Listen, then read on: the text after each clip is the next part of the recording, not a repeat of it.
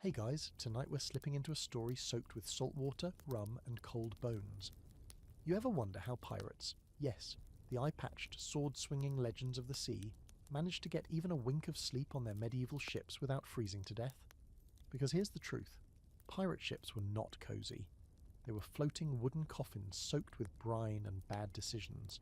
You probably won't survive this night if you try to picture it too literally, but don't worry, we're not here to survive, we're here to imagine. So before you get comfortable, take a moment to like the video and subscribe, but only if you genuinely enjoy what I do here. No pressure. Also, I'd love to know, where are you watching from tonight, and what time is it where you are? Drop your city and time in the comments below. Now dim the lights, maybe turn on a fan for that soft background hum, and let's ease into tonight's journey together. It's late by pirate standards anyway. Maybe somewhere past midnight, or maybe just before dawn. Time's slippery at sea. You're on the deck of a medieval pirate ship, maybe somewhere around the 15th or early 16th century.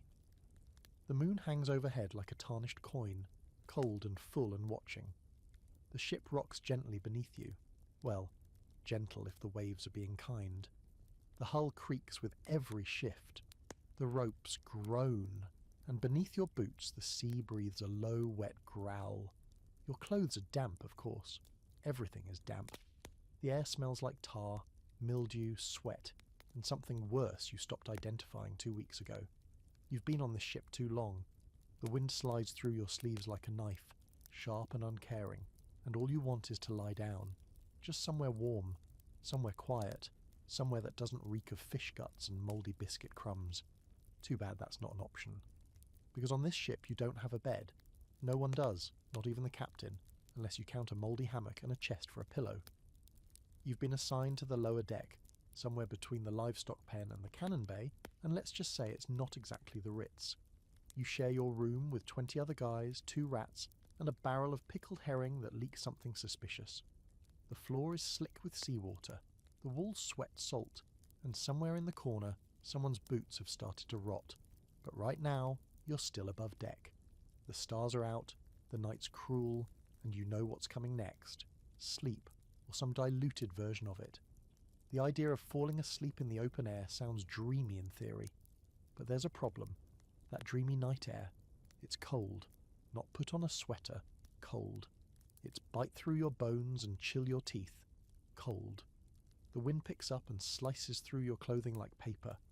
Your fingers are already stiff, and your toes. You stopped feeling them an hour ago. Still, you've seen worse. You remember that time north of Iceland, where the sea froze in patches and you woke up with your beard stuck to the deck, or when a storm snapped the main mast and everyone had to bail out seawater for 6 hours straight before collapsing into puddles. So yeah, this is bearable. Sort of. One of the other crewmates walks past, muttering about hammocks and ghosts. You don't ask. People get weird at night on the sea. The brain gets soft when it's starved of sleep. And pirates, they aren't exactly known for their mental hygiene. You glance toward the forecastle. Technically, you're not supposed to sleep up there, but you've done it before. There's a little nook behind the capstan where, if you curl up just right, the wind won't hit you as hard. It's cramped, it smells like oil, and once you found a spider the size of a crab there. But it's quiet. That's rare. Still, you hesitate. You know the rules. Someone's always on watch, and if the quartermaster catches you napping in the wrong spot, you'll lose your next food ration, which means no hardtack tomorrow. Not that you like hardtack, it's like chewing a brick, but it's better than hunger. You could go below deck, but that means squeezing into the sleeping quarters, or rather, the not sleeping quarters. There's barely room to lie flat and the hammocks are full. If you're lucky, you'll find a plank to lie on. If you're really lucky, it won't have someone else's vomit on it. So you hover there a moment, debating. The sea breathes its salty breath, the ship groans like it's dreaming, and finally you decide, screw it. You're tired enough to risk it. You tiptoe to your secret spot near the capstan. It's darker here and the wind doesn't bite as much. You pull your coat tighter, if you even want to call it that, and sit. The wood is damp. You shift, get a splinter, curse softly, and finally tuck your arms inside your shirt for warmth. Sleep doesn't come easy. It's not like lying in bed at home. It's more like letting your brain shut off while your body stays on high alert. You're half awake the whole time, ears tuned to creaks and footsteps, or the shout of man overboard that no one ever wants to hear at night. But slowly your mind starts to drift. You think about the land, about warm fires, about dry socks. You think about things you haven't seen in months. Trees, birds, bread that doesn't crumble into powder. Maybe if you're lucky you'll dream of them. Somewhere behind you someone coughs, then snores, then mutters something about treasure and chickens. You try to ignore it. You pull your knees to your chest and try to steal an hour or two of rest before the next watch bell rings. And just as you're finally dozing off, a rat scurries over your foot. Welcome to pirate life. You wake with your face pressed against cold, splintered wood, your mouth dry and tasting faintly of salt and regret. Somewhere nearby, a rooster crows. Wait, no. That's just Big Tom snoring with a kind of wet gargle that sounds disturbingly like poultry. The sky's still dark, just flirting with the first hints of dawn, and your back is stiff like someone replaced your spine with a broken broom handle. Welcome to another glorious morning aboard a medieval pirate ship. Before you even move, your body gives you the usual warning signs. Your neck's been bent at a criminal angle, one foot is entirely asleep, and your hip has fused with a knot in the deck. But what's worse is the damp. It's everywhere. Soaks into everything. You slept in it, breathed it, probably drooled a little of it, and now it's like your entire skeleton is wrapped in wet cloth. That's what happens when you try to sleep outside in the sea wind, on a boat designed more for staying afloat than for creature comforts. Still, it could be worse. You could be sleeping inside. You force yourself upright, rubbing your hands together to get the blood moving. As the deck starts to come alive with the morning shift, you cast your eyes over the ship, your temporary bobbing prison. You're not on a sleek fantasy frigate.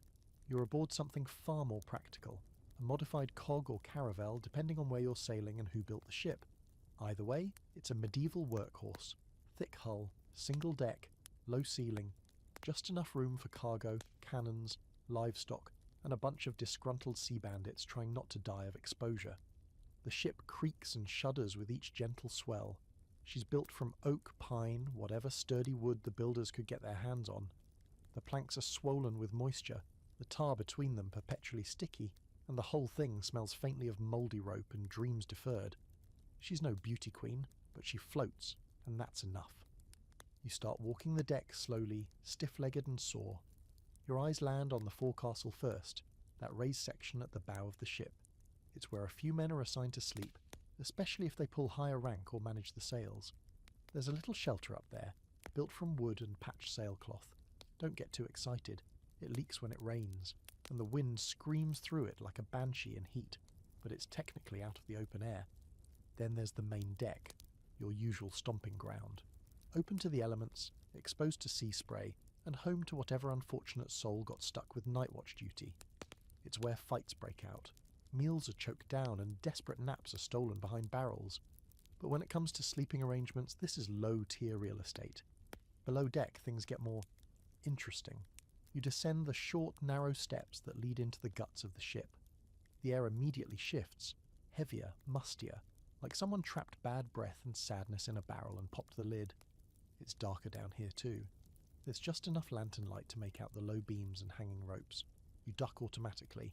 Everyone learns that lesson quickly. This is the lower deck, the medieval equivalent of a budget hostel shared with 50 violent strangers. It's where the crew sleeps, if you can call it sleep. The space is broken up into sections, usually based on function: gun deck, storage, sleeping quarters, animal pens. And in between all that, people just sort of find places to lie down.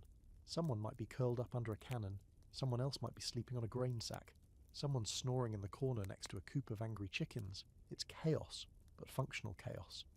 The architecture doesn't help.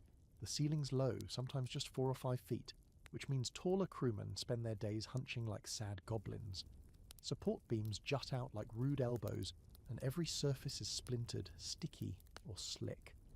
The floor slopes slightly with the hull, so if you drop something, it rolls into darkness and vanishes forever. There's no such thing as insulation. Cold air seeps through the hull like a ghost with chilly hands, and in winter, frost forms on the inside of the beams. You glance at the hammocks. If you're lucky, you might get one.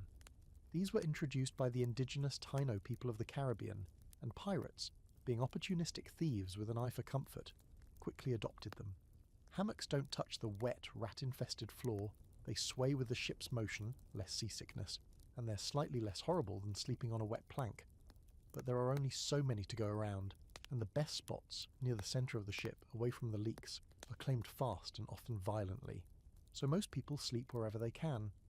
There's a dark corner near the powder kegs where someone's tried to build a nest of sailcloth. Another guy's wrapped himself in a fishing net, possibly for warmth, or possibly as a weird lifestyle choice. Someone else has jammed themselves between two barrels and is using a chicken as a pillow. Resourceful, sure. Sanitary? Absolutely not. And here's the real kicker, there's no such thing as personal space here. You are, at all times, no more than 6 inches away from someone else's breath, feet, snoring mouth, or bodily fluid. It's a miracle anyone sleeps at all. You crouch near the floor, brush away some straw, and press your hand to the wood. Cold. Of course it is. The sea's just inches below, separated by nothing more than a few planks and some aging tar. No wonder the cold sinks in so easily. At night, when the temperature drops, the whole ship becomes a damp freezer box. Pirates would sleep curled into themselves, layered in whatever clothing they hadn't pawned, stolen, or soaked. There were no blankets unless you made your own, or stole one. You stand up, head brushing the low ceiling, and look around. The bones of the ship tell a story of survival, not comfort. Pirates weren't out here for luxury. They endured, they adapted, they curled into corners, they layered their clothes, they spooned crewmates, and sometimes they just shivered through the night and hoped they'd be alive to complain about it in the morning. And above all else, they never let themselves get too comfortable. Comfort meant vulnerability. Comfort meant you might let your guard down. And on a ship full of thieves, cutthroats, and glory chasers, that was the surest way to wind up overboard. You head back above deck, if only to breathe something that doesn't smell like stale onions and foot fungus.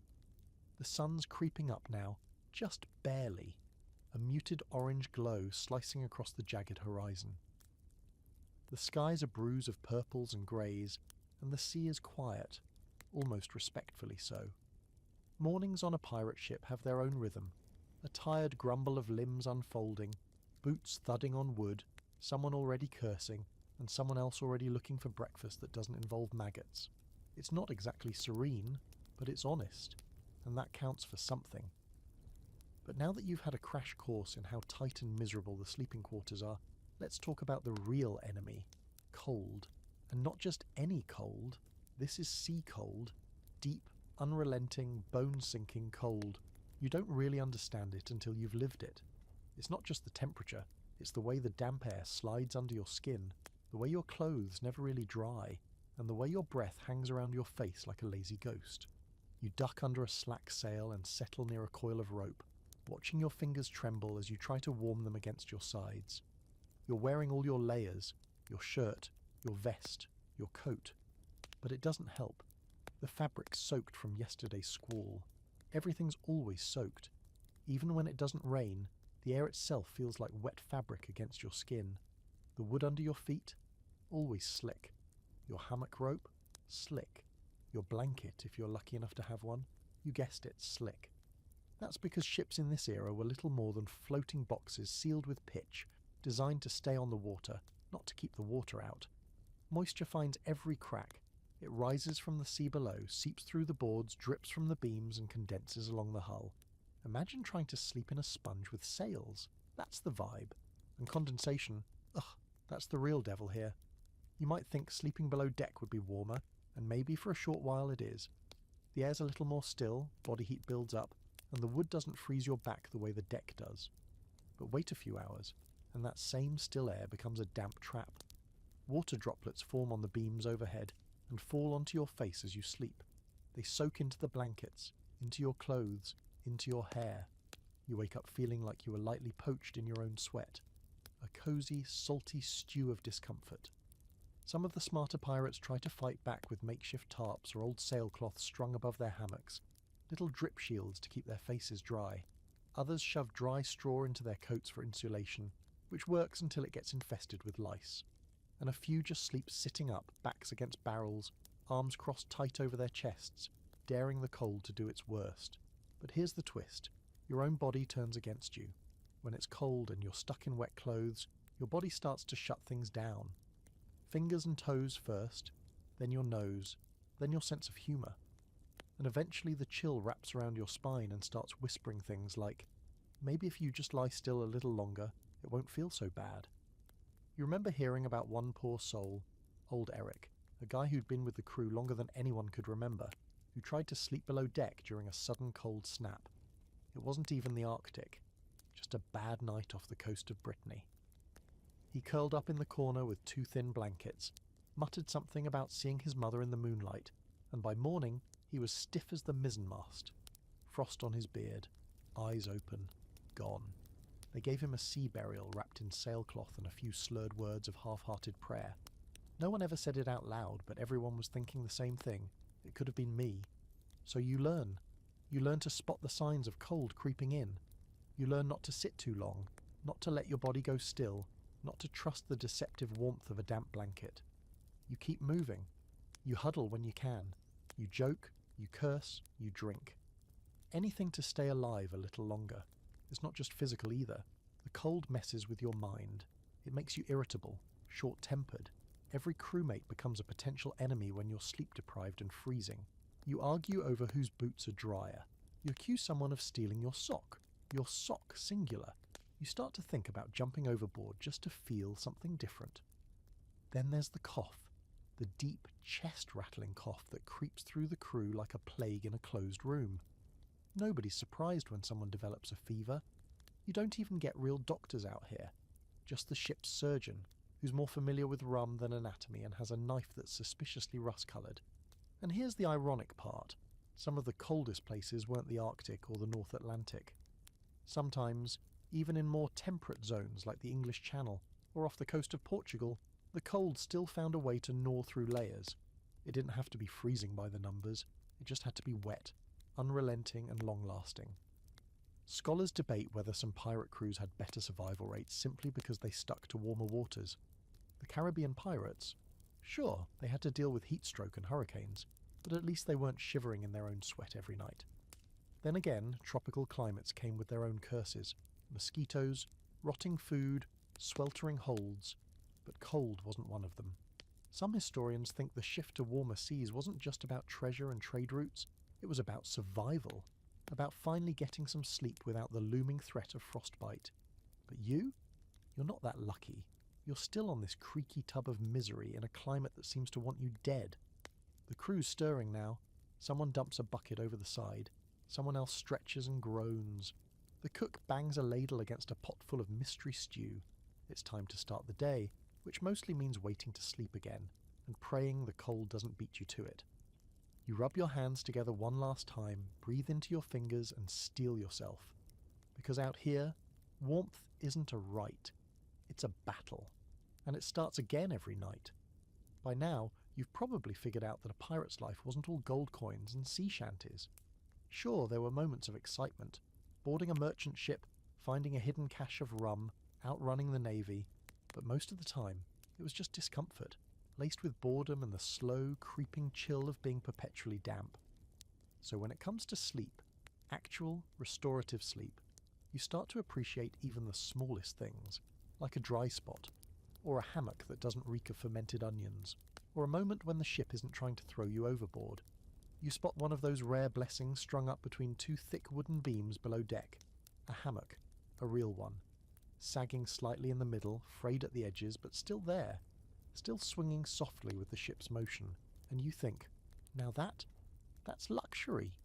The thing is, hammocks weren't just a convenient place to lie down, they were a brilliant bit of borrowed technology. Pirates didn't invent them. In fact, they got the idea from the Tainos, the indigenous people of the Caribbean. Long before European sailors ever set foot on those tropical shores, the Tainos were already sleeping off the ground, swaying gently in the breeze, bug-free and smug. When pirates saw these magical floating beds, they took notes, and then, of course, they took the hammocks. The genius of a hammock at sea can't be overstated. For one, it gets you off the floor, and that's a win all by itself. No more lying in stagnant bilge water or rolling around with half-rotten onions and wayward poultry. Up in a hammock you avoid the rats, creatures bold enough to chew through boots, shirts, and even earlobes if you're unlucky. You also avoid the worst of the condensation that pools on the deck overnight. And perhaps most importantly, you move with the ship's sway. See, ships pitch and roll, constantly. Sleeping on a hard surface means you're always being jostled, sliding this way then that. waking up every time your shoulder bangs into a barrel or your head collides with someone else's foot. But hammocks, they absorb the motion, they rock with the rhythm. It's almost peaceful once you get used to the creaking. You step closer to the empty hammock and give it a gentle push. It swings slightly, a lazy arc, tempting. It doesn't belong to you, of course. Nothing does out here, really. But there's a pirate's rule when it comes to sleep. Possession is 9/10 of the law. If it's empty, it's fair game, until the rightful sleeper returns and kicks you out, hopefully without a knife. You've only slept in a hammock a few times, but you remember every moment of it. The first time you thought you were going to fall out. You lay there like a plank, arms at your sides, afraid to move. But eventually the fear faded and you allowed yourself to curl up. It wasn't soft. None of the cloth on this ship is soft, but it was suspended. Off the floor, away from the stink, away from the gnawing damp of the planks. It almost felt like floating. You remember the sound of the ship creaking all around you, the low murmurs of the crew, the occasional thud from above deck, and for once, you slept through the night. Well, most of it. You still woke up to someone shouting, "Where the hell's my hammock?" and had to pretend you were sleepwalking, but still, worth it. There's a pirate nearby now, stretched out in another hammock, his mouth open in a slack snoring O. You can see the way the cloth moulds to his shape, the way his boots dangle over one side. One arm droops lazily down, fingers twitching like he's chasing something in a dream. Maybe gold, maybe a warm meal, maybe just a pair of dry socks. Hammocks weren't perfect, of course. They were prone to mildew, the ropes frayed. Sometimes the knots failed, and you'd find yourself on the floor mid-snooze, tangled in your own bedding like a poorly netted fish. But compared to the alternative, planks, barrels, damp straw, they were a revolution. Some captains encouraged their use. They knew the benefits. A better rested crew was less likely to stab each other, less likely to botch a boarding, less likely to die of exposure. Others didn't care. "Sleep on your feet if you have to," they'd bark. "Just don't snore near the powder." There's even a bit of folklore surrounding hammocks. Some pirates believed that sleeping in one kept the devil from snatching your soul in the night, that since you were suspended between earth, or ship, and sky, you weren't quite here enough for him to grab. Others said it helped keep dreams from sinking too deep. They'd wake up remembering strange fragments, fish with human eyes, storms that whispered names, treasure chests that opened into darkness. Historians still argue about whether hammocks were standard issue or luxury. Some records suggest entire crews had them, slung shoulder to shoulder in long rows. Others show only the officers or favoured crew got them, while the rest of the poor sods were left to sprawl in damp misery. It probably varied ship to ship. Pirate democracy wasn't exactly consistent. One day you could be quartermaster, the next shark food. But the thing about hammocks, the reason they caught on, especially among those who spent months at sea, is that they were portable. You could roll them up, sling them over your back, and string them up anywhere 2 hooks or beams would hold. In a pinch, even a pair of trees on shore would do. And after sleeping in one for a few nights, you could never quite go back to the floor without a grumble. You look up now, scanning the low beams above you, imagining which knots you'd tie, which hooks you'd trust. You know the rigging, you know the balance. If you ever manage to steal, or earn, your own hammock, you'll string it tight and high, well away from the chickens and the inevitable midnight vomit. For now, though, you just watch that empty hammock sway, dreaming for a moment that it's yours. That tonight, you'll climb in, curl up, and drift to sleep without waking soaked, bruised, or chewed. Then the ship lurches, a wave slaps the hull, and a new day of half-sleep and endless motion begins again.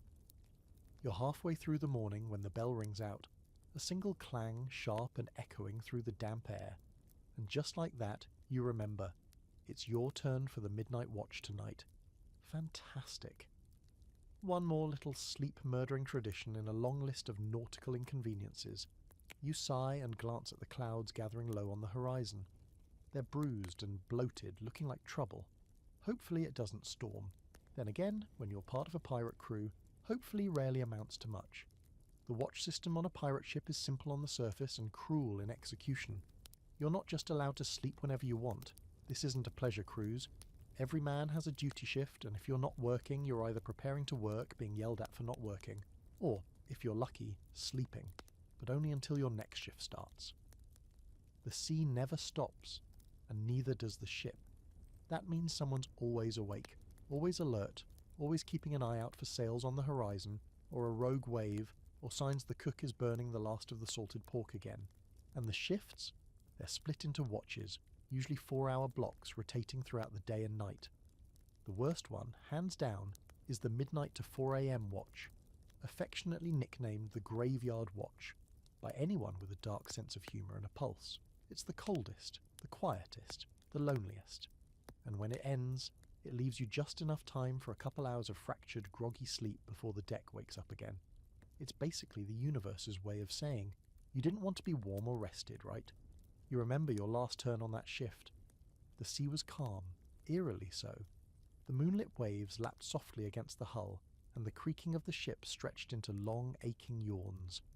You walked the deck alone, wrapped in your coat, eyes stinging from the salt air and sleep deprivation. Every shadow looked like a ghost ship. Every sudden splash felt like a hand reaching up from the deep. Your crewmates were tucked away below, twitching in their hammocks or slumped over sacks of grain, and you hated them all for being asleep. The worst part? Knowing that even once your shift ends, sleep isn't guaranteed. Let's say your 4-hour watch ends at dawn. Great. But now the galley needs cleaning, or the sails need mending, or the captain's having one of his moods again. So you catch 20 minutes of sleep in the corner with a rope for a pillow, just to be woken up by a flying chicken or a crewmate sharpening their cutlass 3 inches from your ear. This is why pirates didn't really sleep so much as they collapsed in small doses. Naps, if you want to be generous. Shallow, dreamless intermissions broken by noise, duty, or the occasional rat on your chest. Sleep was a currency as valuable as rum or gold. When someone found an extra hour, they hoarded it like treasure. And if you were dumb enough to try to nap during your shift, you'd be lucky to get off with just a bucket of cold water in the face. More likely you'd lose hammock privileges or find yourself on latrine duty for a week. Yet somehow they made it work. Pirates adapted. They learned to nap on their feet, doze sitting upright, drift off mid-conversation. You've seen a man snoring with one eye open, holding a knife, another lying across a pile of ropes like a cat sunbathing on laundry. The trick, they say, is to never aim for full sleep. Just dip beneath the surface long enough to trick your brain into thinking it rested. And if you're lucky, no one steps on you. The midnight watch also had a strange poetry to it. It was a quiet time, when the chaos of the day finally died down and the ocean stopped growling for just a bit. You could stand at the bow, feeling the salt spray on your face, and pretend you were the only person alive in the world. It was when confessions were whispered, songs were sung soft and low, and some of the more superstitious crewmates muttered their prayers to the dark waves, hoping the sea wouldn't take them before morning. And of course there were debates, half-lucid arguments about sleep, about time, about whether anyone had ever really slept through the night on a ship. Some swore they had, but you knew better. Maybe back on land, in a bed with walls and a roof in the absence of screaming gulls. But out here, sleep was a performance, a gamble, a truce between your body and the elements that always, always expired too soon. You remember when new recruits would join the crew, fresh-faced and cocky, expecting pirate life to be one long tavern brawl with occasional treasure maps. They never factored in the sleep, or lack of it. After 2 nights their eyes would go glassy. After a week they'd start falling asleep in the middle of a sentence. After 2 weeks they'd mutter nonsense at the rigging, convinced the sails were whispering back. That's how you knew they were either breaking or becoming one of you. Some pirates tried tricks. They'd chew cloves or citrus rinds to stay alert during late watches. One guy used to jab himself with a fishhook to stay awake. Another swore by humming sea shanties non-stop, even under his breath. A few used sleep as leverage, offering to swap watch duties in exchange for food, clothing or favours. And every once in a while someone just snapped and said, "I'm done," and laid down on the deck in the middle of a shift. Those ones didn't last long. And then there's the fringe theory, a quiet, half-joking belief among some historians, that pirates might have stumbled upon a form of polyphasic sleep long before modern science caught up. Instead of one big sleep, they took 4 or 5 micronaps throughout the day, not because they wanted to, but because they had to. And maybe, just maybe, that's how they survived. Barely. Now, with the sun fully rising and the watch assignments freshly nailed to the mast, you brace yourself for the long, slow countdown to midnight. You'll work, You'll eat, you'll try to steal a nap or two, and when the bell tolls and the moon rides high, you'll climb the stairs again, take your post and face the cold, empty deck, while everyone else chases their scraps of sleep. And when your shift ends, you'll lie down somewhere, anywhere, and beg your body to give you an hour. Just 1 hour without dreams, without noise, without the cold creeping back in. 1 hour. That's all you ever really ask for out here. It's late afternoon now, and the air's gone heavy with salt and sweat. The sun is burning low, dragging long, crooked shadows across the deck, and the wind's begun to die. You're sitting on an overturned bucket near the mainmast, rubbing a patch of rope burn on your palm, when someone behind you starts complaining, again, about blankets, or more accurately, the lack of them.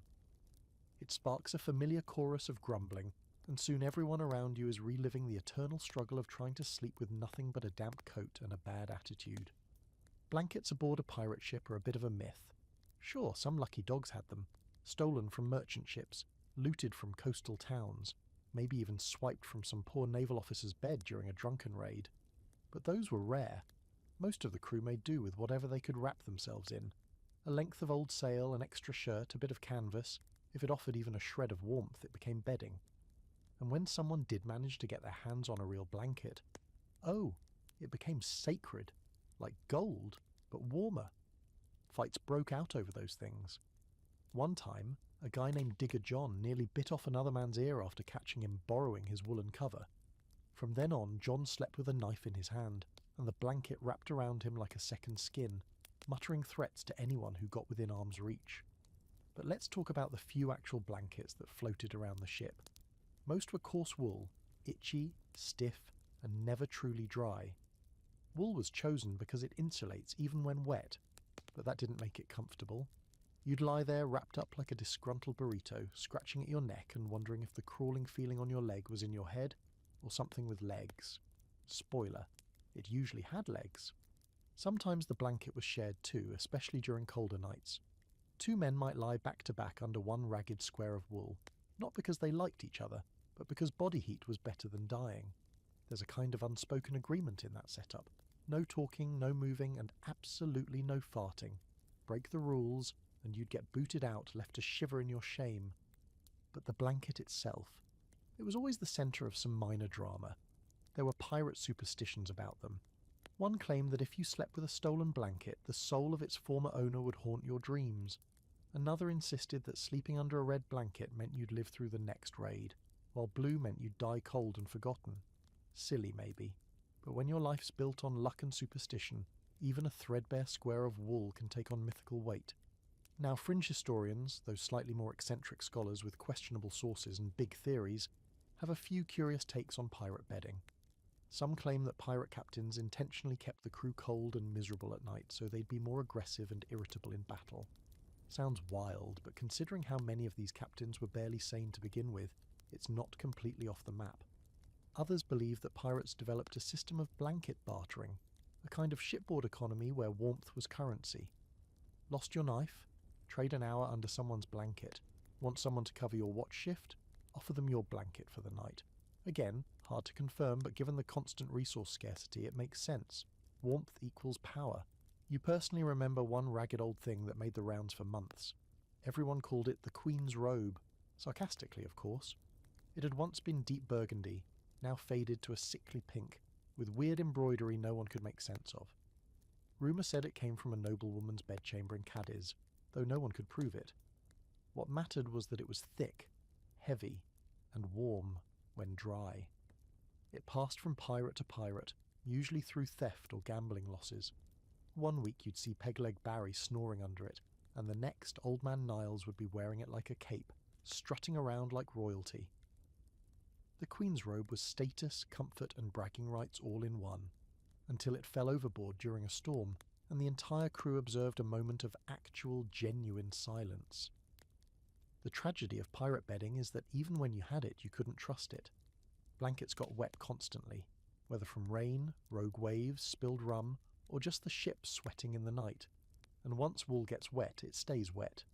You might wring it out, drape it near a lantern to dry, or pray the sun gives you a break. But most nights, you end up cocooned in damp, smelly insulation, dreaming of a fireplace that doesn't creak when it moves. There was also the ever-present issue of lice. Those little monsters didn't care how tough you were. They nested in cloth, and if your blanket was more than a week old, and they all were, then you had hitchhikers. Some pirates tried boiling their blankets in seawater, which only worked halfway. Others set fire to the corners, hoping to smoke the pests out. More than a few just gave up and made peace with their new six-legged roommates. You've seen blankets used in all kinds of ways beyond sleep too. Makeshift sails in a pinch, wrapped around injured crewmates to stop the shaking, torn into strips for bandages. One guy wore his like a toga during shore leave and declared himself Lord of the Sand. He got punched, but the moment lives on, and in all this chaos the blanket becomes a symbol, not of comfort exactly, but of survival, of scraping together a few square feet of warmth in a world that seems built to take it from you. You hold on to it like you hold on to everything else out here, with both hands and one eye open. You think about your own current blanket situation, which is bleak. You've got a coat with a missing sleeve, a spare shirt you sometimes sleep under, and a piece of old tarp that smells like fish and dreams deferred. It's not glamorous, but you make do. Everyone does. So tonight, when your watch ends and the ship groans into another icy breath of midnight, you'll find your spot, curl up in your layers, and imagine, just for a second, that you're back under the Queen's robe, warm, dry, untouchable. Just don't fall asleep too deep. You never know who's looking for a blanket of their own. The sun has officially dipped below the edge of the world, and a hush settles over the deck. Not silence, exactly, but a kind of tired agreement between the wind, the wood, and the crew. It's that in-between hour, when the sky turns indigo and the ropes sway just a little slower. You've made it through another day, your skin sun-bitten, your back sore, and your stomach begrudgingly full of something resembling stew. You lean against the railing, feeling the chill return. It starts with your fingertips and creeps inward like a slow leak into your bones. This is the part of the day when everyone starts looking for a place to collapse, and you know what's coming. The cold. Not the kind you can shake off by moving around or pulling on another layer. No, this is the creeping, ever-present, steal-your-soul kind of cold that wraps itself around you while you sleep and dares you to do something about it. And that's where body heat comes in. Now, pirates might have been known for their swagger and their swords, but when it came to staying warm, they didn't let pride get in the way. Body heat? That was your best friend. Your only real heater on a floating box of misery surrounded by icy black ocean. When temperatures dropped and the wind howled through the rigging, pirates did what any half-frozen human would do. They huddled. They spooned. They piled in together like a litter of mangy dogs trying not to die before morning. You remember one winter week off the coast of Newfoundland. The wind never stopped. It came through the cracks in the hull like a pack of wolves, and every breath felt like biting down on ice. Everyone was miserable. Even the rum wasn't cutting it. So, in the dead of night, one by one, the men started migrating. Slowly, casually. No eye contact. Just a shuffle here, a sigh there, until 4 of you were pressed together under a shared tarp, pretending nothing unusual was happening. No one spoke. No one had to. It was the unspoken rule of the sea. Survival over shame. Warmth over ego. It's not exactly glamorous. Sleeping tangled up with 3 other unwashed pirates, all of you wrapped in sweat and brine, your limbs stiff and your noses half frozen. But it works. After a while, the combined heat starts to push back the cold. Your shoulders unclench, your hands stop shaking, and even if it's just for an hour or 2, your body remembers what it means to rest. Of course, the logistics of group sleeping were always messy. Pirates weren't exactly known for personal hygiene. Between the lice, the infections, the constant layer of filth, and the generous helpings of flatulence, cuddling wasn't anyone's first choice. But when the choice was spooning or freezing, spooning usually won. Some crews had nicknames for this nightly practice. The captain's stack, the human furnace, the snuggle brig. You've heard them all, and always spoken with a wink and a scowl like they were in on the joke but didn't really have a choice. Because they didn't. There were politics to it too. You didn't just climb in with anyone. You picked someone roughly the same size, big enough to generate heat, but not so big that they'd smother you. Someone who didn't talk in their sleep or twitch violently. And if you could help it, someone who hadn't eaten beans that day. It wasn't all desperation though. Every so often a friendship formed in those shared blankets. You'd end up sleeping next to the same person night after night, not out of romance, but out of mutual necessity. You'd learn each other's rhythms, when they shifted, when they snored, when they started having those weird sleep murmurs about goats and treasure. And slowly, that awkward nightly ritual became routine, even comforting. You once slept next to a guy named Corbin for 3 months straight. Big man, smelled like rope and sardines, but warm as a forge.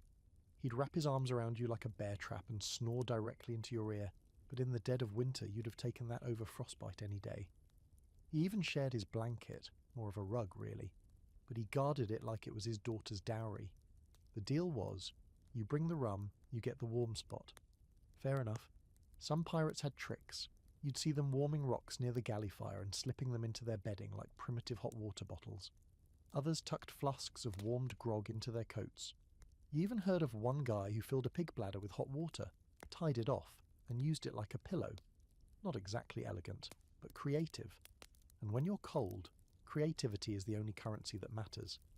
Historical records don't say much about this kind of thing. Most chroniclers were too busy writing about battles and mutinies to mention two pirates spooning for warmth. But there are whispers.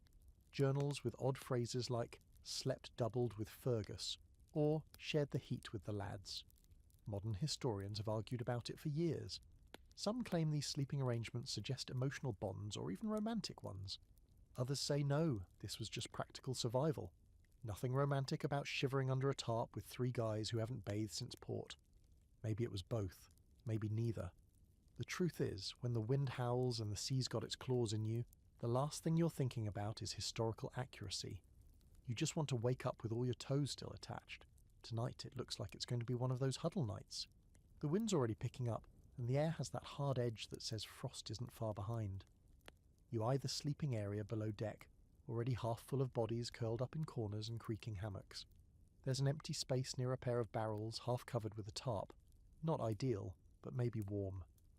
You nod at a crewmate, done, skinny as a pole but twice as cranky, and jerk your chin toward the spot. He grunts, shrugs, and follows. Neither of you says a word as you settle in, pull the tarp over your shoulders and shift until you're back to back, elbow to elbow. It's not comfortable, but it's warmer than being alone.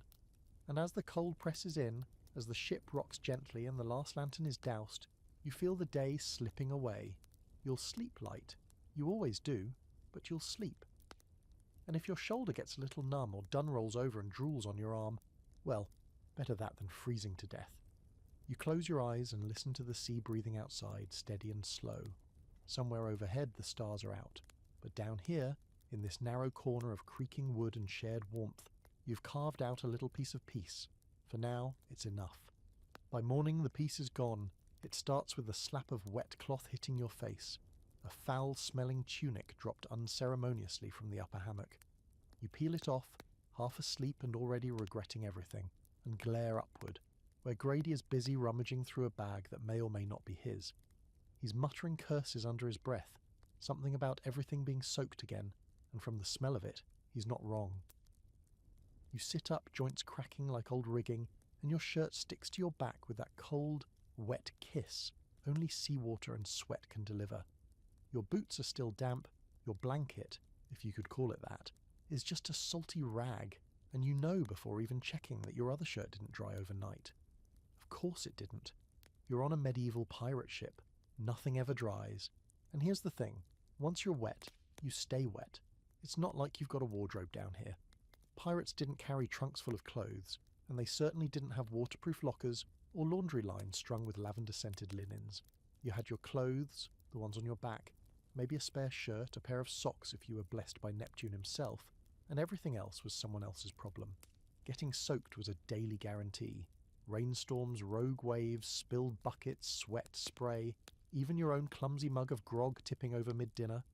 And once your clothes were wet, they stayed that way. Hanging them up to dry below deck was a joke. The air was already wet. Above deck, the wind might dry them faster, but it also might blow them overboard, and suddenly you're explaining to the quartermaster why you're shirtless at dawn. So what do? You wear them anyway. You put on that cold, clammy shirt that might have frozen stiff in the night. You slap on your socks, still sour from yesterday's seawater. You pull on your coat, damp, crusted with salt and stiff as leather, and pretend it's warm. And then you work. Because pirate life doesn't pause for wardrobe malfunctions. There's a sort of grim humour to it, though. Watching your crewmates stomp around in clothes that look like they were fished out of a swamp. A guy trying to wring out his breeches while swearing vengeance on the sea. Another tying rags around his arms like makeshift sleeves because he lost his real ones during a brawl in Tangier. And always, always, the same complaints. Still wet. Haven't been dry in 3 weeks. This shirt smells like something died in it. Probably because something did. You take a moment to air out your shirt by flapping it up and down. It does absolutely nothing. The fabric slaps back against your chest with a cold splat, and now it smells even worse. Somehow a mix of mildew, tobacco, and regret. Lovely. There were a few rare solutions pirates came up with to combat the wet clothes nightmare. Some would rub hot sand into their garments, then shake them out near a fire to try to absorb the moisture. It was crude and probably more effective at exfoliating the fabric down to threads than drying it, but it made them feel like they were doing something, and sometimes that's all that mattered. Others tried oils, rubbing lamp oil or whale fat on the cloth to create a crude water-resistant layer. Of course, that also meant your shirt was now flammable and smelled like a dying lantern. But it was worth the trade for a little warmth. You once saw a man soak his shirt in rum, light it briefly to burn off the moisture, and then proudly wear it, singed holes and all. He called it seasoned. Everyone else called him insane. But the worst part of it wasn't the discomfort. It wasn't even the smell, though that was impressive in its own right. It was the way it wore you down. Cold, wet clothing sucked the energy right out of you. It made you move slower, think slower. It gave the cold permission to sink deeper into your bones, down past the muscle and into the marrow. It was how people got sick, how fevers crept in, how a cough turned into a death sentence, and how your crew slowly thinned out, not always in battle, but in the quiet, cold hours of early morning. There's a superstition about that, actually. Some pirates believed that the sea punished those who tried too hard to stay dry, that trying to fight the wetness was like insulting the ocean, as if you thought you were above it. So instead, you were supposed to embrace it. Live in the wet, move with the wet, become the wet. Which sounds poetic until you're lying in a puddle of seawater, trying to dry your underpants with a spoonful of rum and hope. Now you glance across the deck at one of the younger lads, maybe 15, clinging to the rigging with his sleeves dripping rainwater down to his elbows. He looks miserable and wet. You remember being that new, still shocked by how endless the sea was, how loud the sails snapped in the wind, and how quickly everything you owned could turn to soggy trash. Eventually the cold teaches you to adapt. You stop trying to stay dry. You start sleeping in your clothes, because you're going to wake up soaked anyway. You give up the idea of fresh anything. When your boots squish, you don't react. When your shirt smells like old cheese, you breathe through your mouth. When someone sneezes next to you and sprays seawater and snot across your face, you blink, wipe it off, and keep tying knots. And maybe, on a good day, you catch the sun. Maybe the wind shifts just right, and for an hour or two your shirt flaps dry against your back and you think, I might survive this after all. There's still debate among historians about how pirates dealt with wet clothing in winter. Some say they simply layered until it didn't matter. Others argue that pirates would scavenge better gear from captured ships. Thicker cloaks, waterproof capes, or even bits of sail turned into ponchos. Then there are the fringe theories. That pirates hunted seals off cold coasts for fur-lined garments, or that they wore waxed linen like medieval raincoats. Evidence is spotty, and honestly it probably varied ship to ship. But one thing is certain, no pirate ever stayed dry for long, and maybe that's the point. The ocean didn't just surround you, it soaked into your life, into your food, your sleep, your skin, your very bones. You were never separate from it. You were part of it, a wet, squelching, semi-mildewed part of it. You sigh, wring out your sleeve for the 3rd time that morning, and head below deck, where someone's already complaining about the damp bedding again. You settle back into your corner, lean against the hull, and accept the chill climbing up your spine like it's an old friend. After all, you'll be wearing this wet shirt to sleep, just like you did yesterday, just like you will tomorrow, because comfort is a myth, but sleep's still a necessity, even if you wake up wetter than you went to bed. Later that night, the air below deck is thick, stagnant, sour, and weirdly warm in all the worst ways. The crew's quieted down for now, settling into whatever nooks and crevices they've claimed for sleep. You can hear the groaning of the ship's timbers above, the occasional flap of sails, and someone retching softly behind a stack of barrels. Business as usual. You've just managed to wrap yourself in your damp tarp again when the unmistakable stench of rum breath wafts past your face. Someone lurches into the space beside you, thumps down with all the grace of a falling log, and lets out a groan that sounds like it came from the bottom of the sea. Ah, yes, tavern night has made its return. Not every pirate had the luxury of a dry throat and clear senses when bedtime rolled around. In fact, most didn't even aim for it. A proper evening aboard often meant heavy drinking. Not because the crew was celebrating, not because there was something worth toasting, but because sometimes the only way to sleep through the cold, the stink, and the backaches was to drink until your mind stopped protesting. You've done it. Everyone has. There's a moment, usually about 3/4 of the way through a shared jug, when the world starts to blur, and the misery of ship life fades behind a warm fog. The creaks of the hull become a lullaby. The rats, just background dancers, and the fact that your bedding is a tangle of damp rope and a regrettable shirt becomes a distant concern. Rum doesn't solve the problem, but it sure helps you forget it for a while. The stuff you're drinking isn't smooth. It's not aged in oak barrels or served with a slice of citrus. It's rough, raw, and suspiciously flammable. It's probably been cut with seawater, or worse, and it burns like fire on the way down. But when your choices are shivering in silence or passing out with a numb face and a warm belly, you take the fire every time. You remember once, during a stopover in Tortuga, you and a few others found a cask of something the barkeep swore was rum. You drank it anyway. Half the crew ended up howling at the moon, the other half swearing they saw mermaids. You woke up inside a chicken coop wearing someone else's breeches. But that night you actually slept. Deep, dreamless, and warm. If only because you were too far gone to care that you were lying in hay and feathers. Rum became part of the bedtime ritual. For some, it was just a couple swigs before lying down. For others, it was a full bender followed by blacking out in the hold. You'd see guys still gripping the bottle in their sleep, snoring with one boot on, and a wide grin like they were dreaming of treasure, or their mother's soup, or something else the sea had taken away. But there's a darker edge to it too. You've seen men lose themselves to the bottle entirely. The ones who drink just to get through the day, and then drink more so they can sleep without remembering it. They start skipping meals, stop cleaning themselves, they rot from the inside out. Eventually their dreams twist. Nightmares of drowning, of fire, of being trapped in the belly of the ship as it sinks. And the thing about rum-fueled sleep? It's not real sleep. It knocks you out, sure, but it doesn't let your mind rest. You wake up feeling like you've been dragged behind a rowboat, your mouth dry as sand, your stomach churning, and the cold back with a vengeance. The headache's bad enough, but the worst part is the way your bones feel heavier, like the sea got in and settled there while you were unconscious. There are debates among historians about just how central alcohol was to pirate life. Some argue that pirates drank more than any other seafarers, naval men included, because they had access to looted stores and less oversight.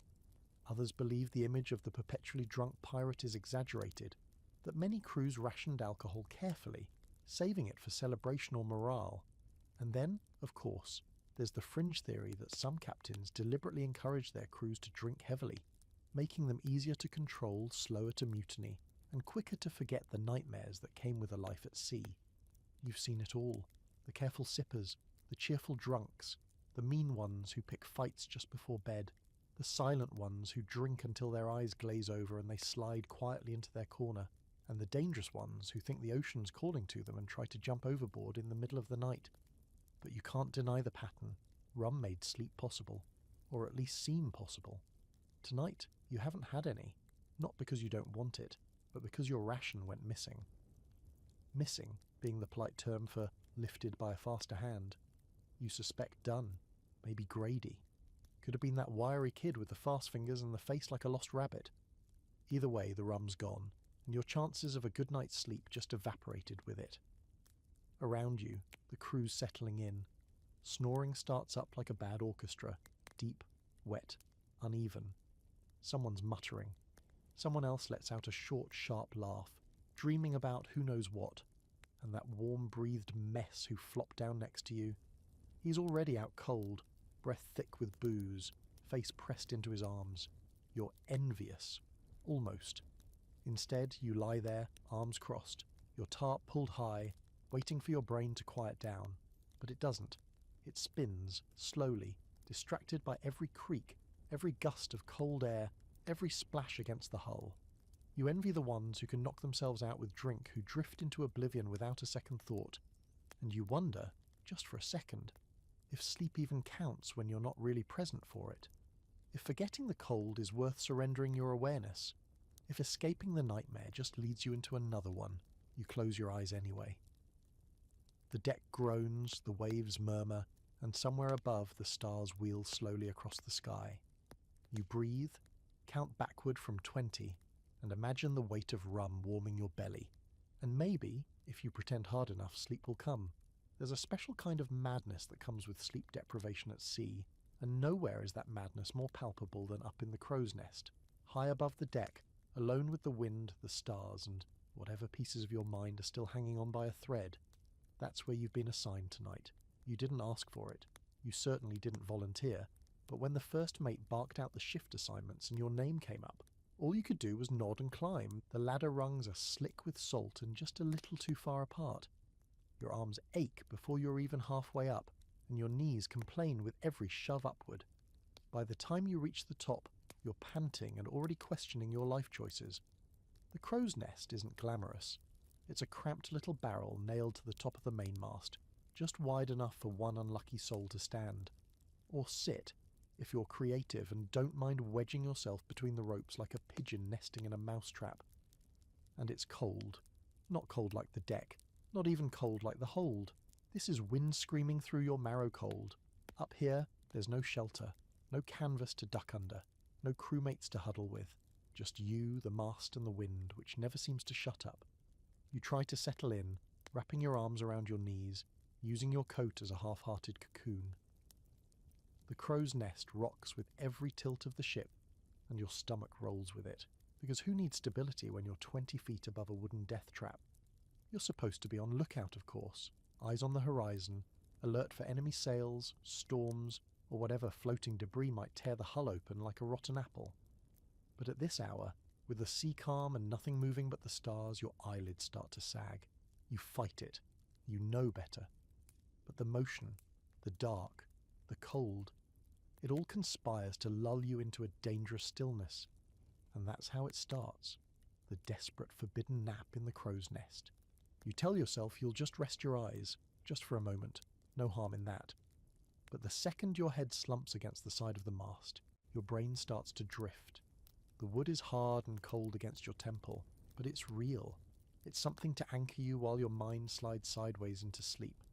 It's not even the first time. Plenty of pirates have dozed off up here. It's practically tradition. They all deny it, of course. Too proud to admit they nodded off during watch. But you've heard the snoring. You've seen the guys climb down in the morning with necks locked up like broken marionettes and dried drool crusted down one cheek. The danger is real, though. A strong gust, a sudden lurch, and you could be tumbling from your perch like a rag doll tossed from a shelf. It's happened. Everyone knows someone who took the quick way down. There's no recovery from that kind of fall, not unless you're lucky enough to hit the sailcloth on the way. Most just disappear into the dark water below. No splash, no shout, just gone. Still, the temptation is strong. Up here, you're removed from the stink and the snoring. The sky is vast and weirdly comforting. The stars above are bright, smeared across the sky like silver oil. You trace the constellations, ones you remember from childhood, ones you've renamed for the crew, the rat, the broken oar, the drunken cook. You breathe deep and your chest stops feeling so tight. And then, just as you're on the edge of slipping into full sleep, your mind kicks up something strange. Maybe it's the wind whispering nonsense in your ears. Maybe it's the echo of that half-litre of rum you snuck earlier. But suddenly you swear you hear voices. Faint, distant, like someone singing far off across the water. You blink, shake your head. Nothing but waves and stars. You lean out over the edge just a little. Too far, really. And squint into the dark. Still nothing. This is how it happens, you realise. The line between sleep and sanity starts to blur. Up here, where your world is reduced to sky and wind and the endless dark ocean, your brain starts pulling tricks to fill the silence. There are tales, quiet ones, whispered in the hold when the lanterns flicker, about pirates who stayed up in the crow's nest too long, who stopped coming down, who claimed they could see things the rest of the crew couldn't. Ships made of mist, ghost sails, women in the water singing promises of warm beds and dry blankets. The fringe historians love this stuff. They theorise that extended exposure to the isolation and movement of the crow's nest caused something akin to sensory hallucination, a sleep-deprived, hypothermia-triggered state of mind that gave rise to the many sea legends we still tell today. Mermaids, ghost ships, sea serpents, all the children of lonely sailors rocking gently on the edge of madness. You shift your position, trying to stretch without unbalancing yourself.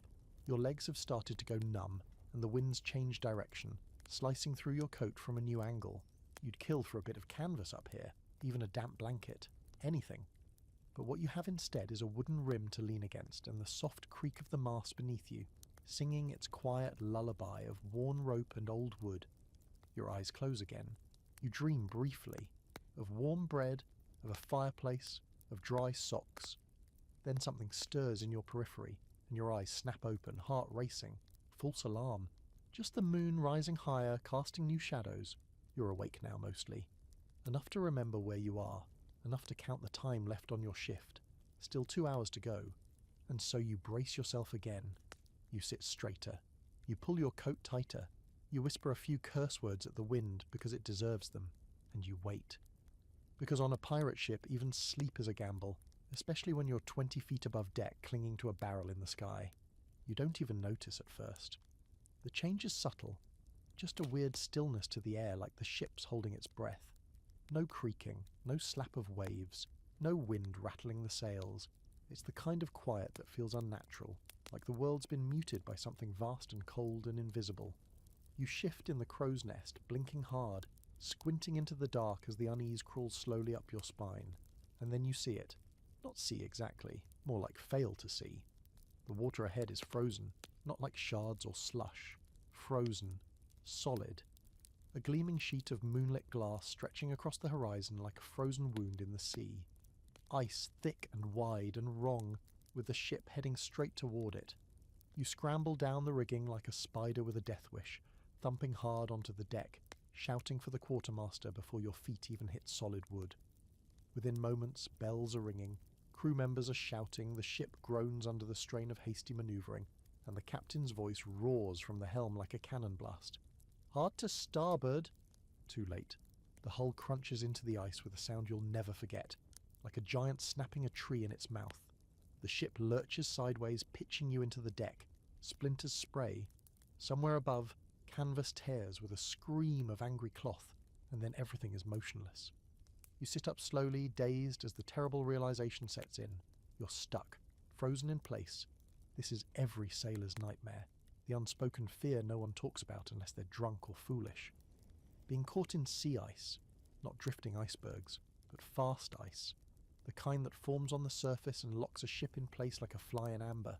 It's rare, especially for pirate waters, but not impossible. All it takes is one terrible cold snap in northern waters, one night of miscalculation, and you're not sailing anymore, you're trapped. The crew scrambles in all directions, checking the hull for cracks, assessing the masts, arguing, shouting over each other, trying to make sense of it. The captain's jaw is tight, eyes scanning the horizon for any sign of open water, but there's none. Just ice, stretching out in every direction like the ship's been dropped into a dead white desert. You've got no choice but to wait, and that's when the cold really begins to creep in. Before the ship was moving, cutting through the waves, generating friction, at least giving you the illusion of life. But now it's still. The cold settles on the ship like a blanket dipped in death. The hull stiffens, the ropes go brittle, even your breath feels heavier in your lungs.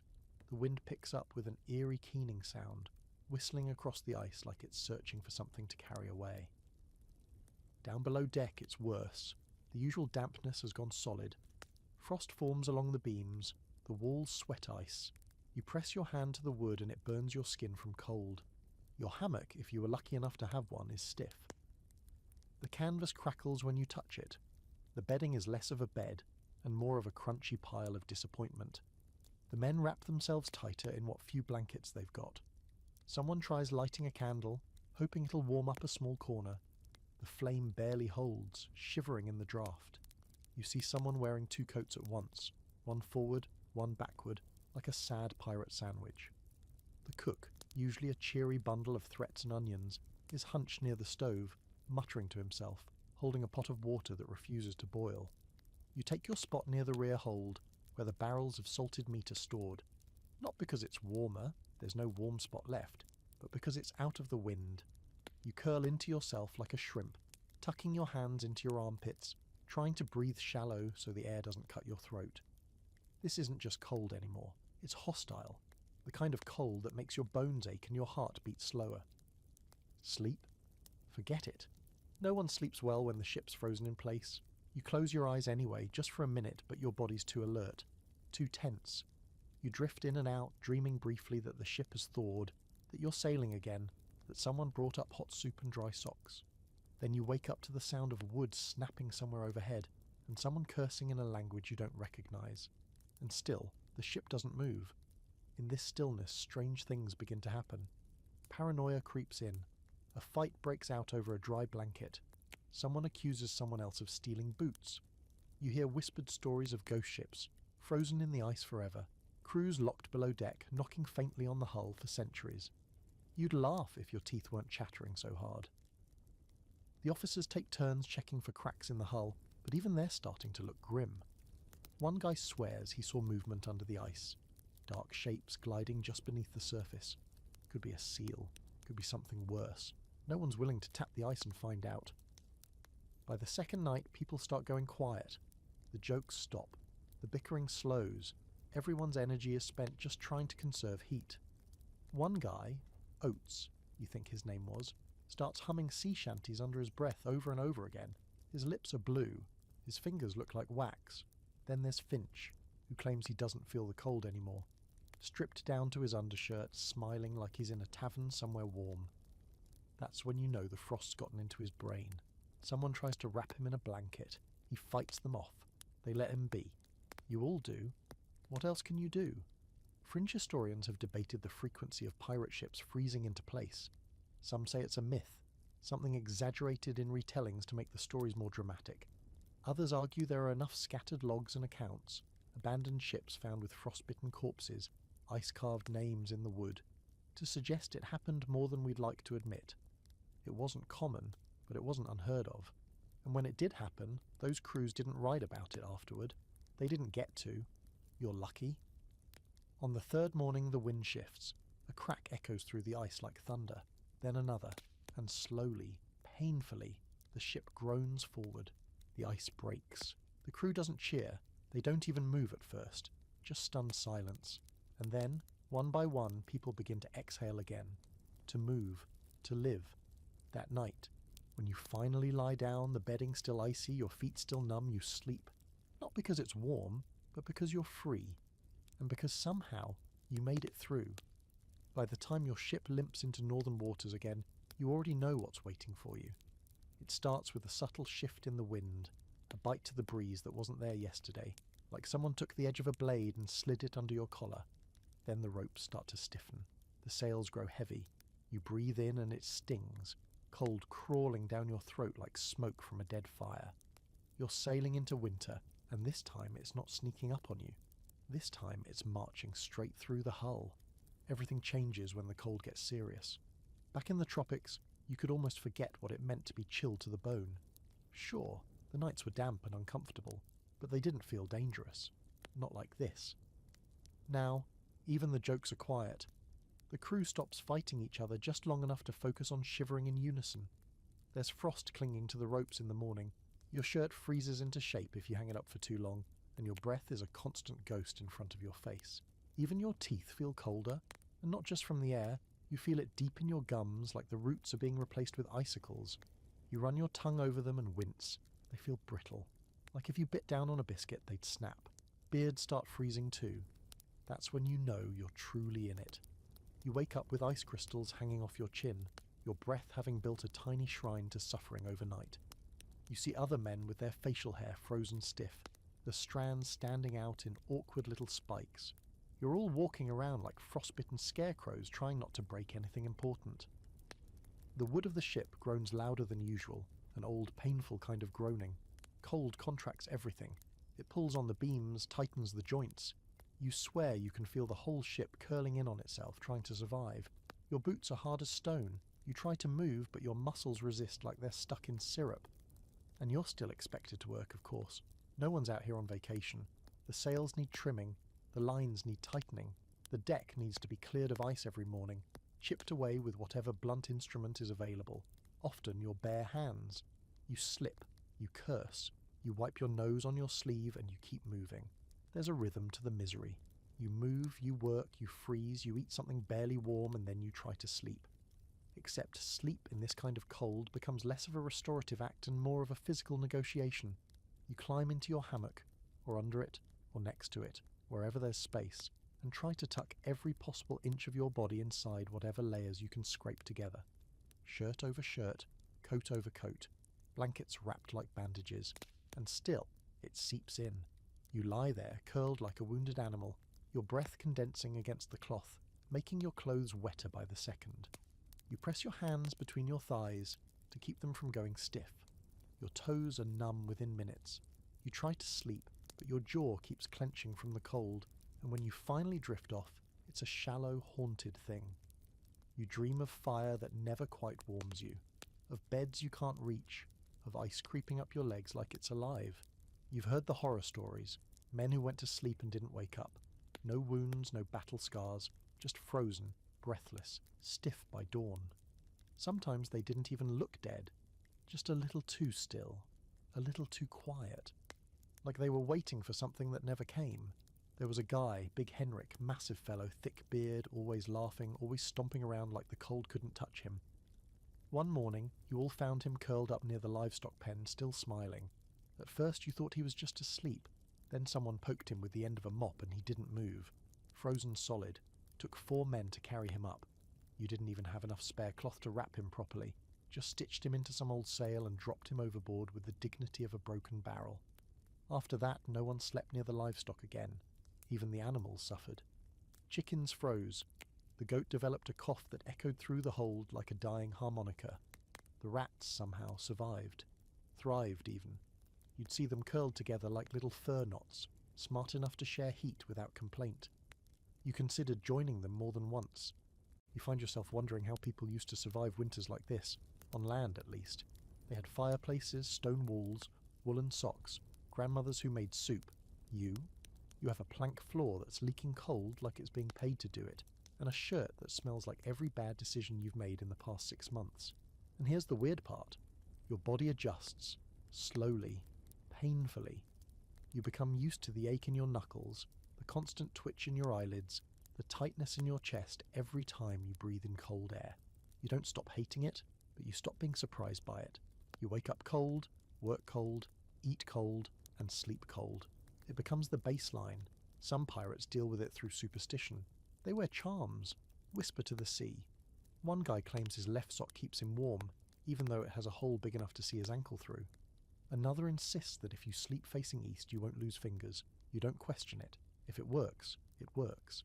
There's debate among historians about just how harsh pirate winters really were. Some say most pirates stuck to the warmer waters, Caribbean routes, West African coasts, places where you only had to worry about heat stroke and malaria. But others point out that pirates chased treasure wherever it went, and sometimes that meant following merchant ships north, into the teeth of winter. And when that happened, they didn't turn back. They endured, just like you. So tonight, as you curl into yourself, your face half wrapped in a scarf that smells like fish and ash, you brace for another battle with the cold. You know you won't win, not really, but you'll survive it. And out here, that's as good as victory. You're lying there with your face buried in what's left of your scarf, eyes squeezed shut, hands jammed under your armpits in a desperate bid for warmth when the itch starts again. It's subtle at first, just a tickle under your collar, then one near your waistband, then 2 more on your legs, like someone sprinkling grains of misery across your skin. You try to ignore it, scratch and it gets worse. Don't scratch and you'll go insane. This is the classic wool dilemma, nature's own trap disguised as protection. Wool was supposed to be a miracle, right? That's what they said. Warm even when wet. Durable. A pirate's best friend in cold weather. And on paper that sounds great. But they don't tell you that wool also feels like being wrapped in the bottom half of a hedgehog. It scratches, it clings, It irritates in places you didn't know you could feel. And when you've been wearing it non-stop for weeks, sleeping in it, sweating in it, crying into it, it turns against you like a mutinous crew member. You roll onto your side and try to stretch, but your shirt clings to your back like wet parchment. The itch spreads. You swear you can feel each individual thread grinding against your skin. You shift again, adjusting your scarf, which is also wool, and now your neck's on fire. You're not even sure if it's the fabric or your imagination at this point. You've reached that delicate stage of sleep deprivation where sensations blur with hallucinations, and your own shirt feels like it's plotting against you. You hear a groan from across the hold. Someone else is going through it. They're writhing in their hammock, muttering under their breath, one hand inside their shirt like they're trying to wrestle the itch into submission. Another guy sits bolt upright and rips his coat off with a snarl. "I swear," he says, "if this shirt was alive, I'd drown it." Everyone around him nods in silent, itchy solidarity. Wool is a cruel joke on a pirate ship. It's standard issue, assuming there is such a thing as standard on a ship, where half your wardrobe came from looted merchants, and the other half from a lucky dice roll. Sailors loved wool because it was cheap, available, and technically warm. But warm doesn't always mean comfortable. Not when it's caked with sweat, salt, and whatever invisible ecosystem has developed in its threads, and there's no washing it. Not really. Oh sure, some brave soul might swish their shirt around in a bucket of seawater, but that only makes it saltier. And you can forget soap. Real soap is a luxury item, hoarded by officers or reserved for patching up wounds. You once saw a guy use lye soap on a wool shirt and it melted part of the sleeve. He wore it anyway, said it added personality. Your own clothes haven't been cleaned in? Well, it's best not to count. They've dried and re-dried so many times the salt has started to crystallize, giving your shirt a texture somewhere between burlap and barnacle. You're pretty sure if you took it off and shook it hard enough it would stand up on its own and march off to start a new life. You scratch at your arm, then your side, then your neck. Each time, the relief lasts about 2 seconds before the itch returns tenfold. You're trying to remember what dry, clean cotton feels like. You vaguely recall owning a soft undershirt once back when you were young and hadn't yet traded comfort for chaos. Now you'd give your entire cut of plunder just to wear a linen tunic that didn't bite. Some pirates tried to solve the itch problem creatively. You once met a guy who lined the inside of his coat with rabbit fur. Another stitched scraps of sailcloth into his sleeves. One desperate man cut out the inside of his shirt entirely and just wore the outer shell like a weird itchy poncho. It didn't help. The wool always found a way to touch skin, to cling, to infiltrate. It was like it knew. There are historical accounts, sparse and vague, that reference sailors itching themselves raw during long voyages. One journal mentions a sailor who shaved off all his body hair because he believed it made the wool less aggressive. Another described midshipman's rash, an unofficial name for the raw red patches that bloomed under collars and cuffs like angry coral. The fringe historians, the ones who dig into old ship logs with obsessive glee, have found letters where sailors begged family members to send softer undergarments. Some got their hands on silk or linen liners and were treated like royalty, at least until someone stole them. Because out here, even a clean shirt was worth fighting over. There's also debate among scholars about whether pirates adapted their clothing when they could. Some argue that more successful crews, especially those raiding colder territories, would actively target merchant ships carrying fine cloth, not for resale, for personal use. Imagine boarding a vessel and ignoring the rum to tear through wardrobes looking for a cotton nightshirt. Honestly, not surprising. You lie back and try to ignore the latest wave of itchy betrayal crawling down your spine. You press your back flat against the wood in hopes the cold will numb the feeling. It kind of works. Kind of. Nearby, someone starts softly singing a shanty. Not a rousing one, just a slow, miserable dirge about a sailor who fell asleep in his wool and woke up on fire. It's barely a tune, more like a protest wrapped in melody. You hum along without realizing it. Eventually the itch dulls, or your brain gives up. You drift again, twitching here and there, swatting at phantoms. The last thing you think before sleep finally takes you is that if hell has a uniform, it's made of wet wool. You dream of linen, of silk, of cool sheets that don't make your skin crawl, and when you wake, sore, groggy, and still wearing the world's scratchiest shirt, you sigh and start scratching all over again. You're half asleep when the shout goes up.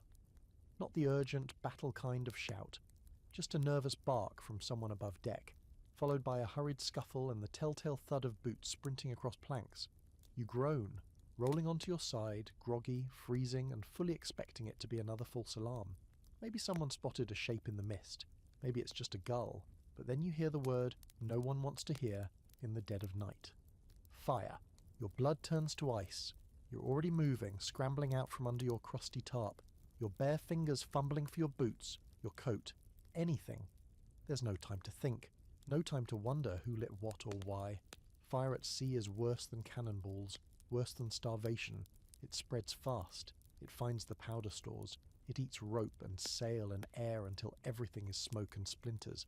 You stumble up the steps, half the crew already pouring from below deck like rats from a flooding cellar.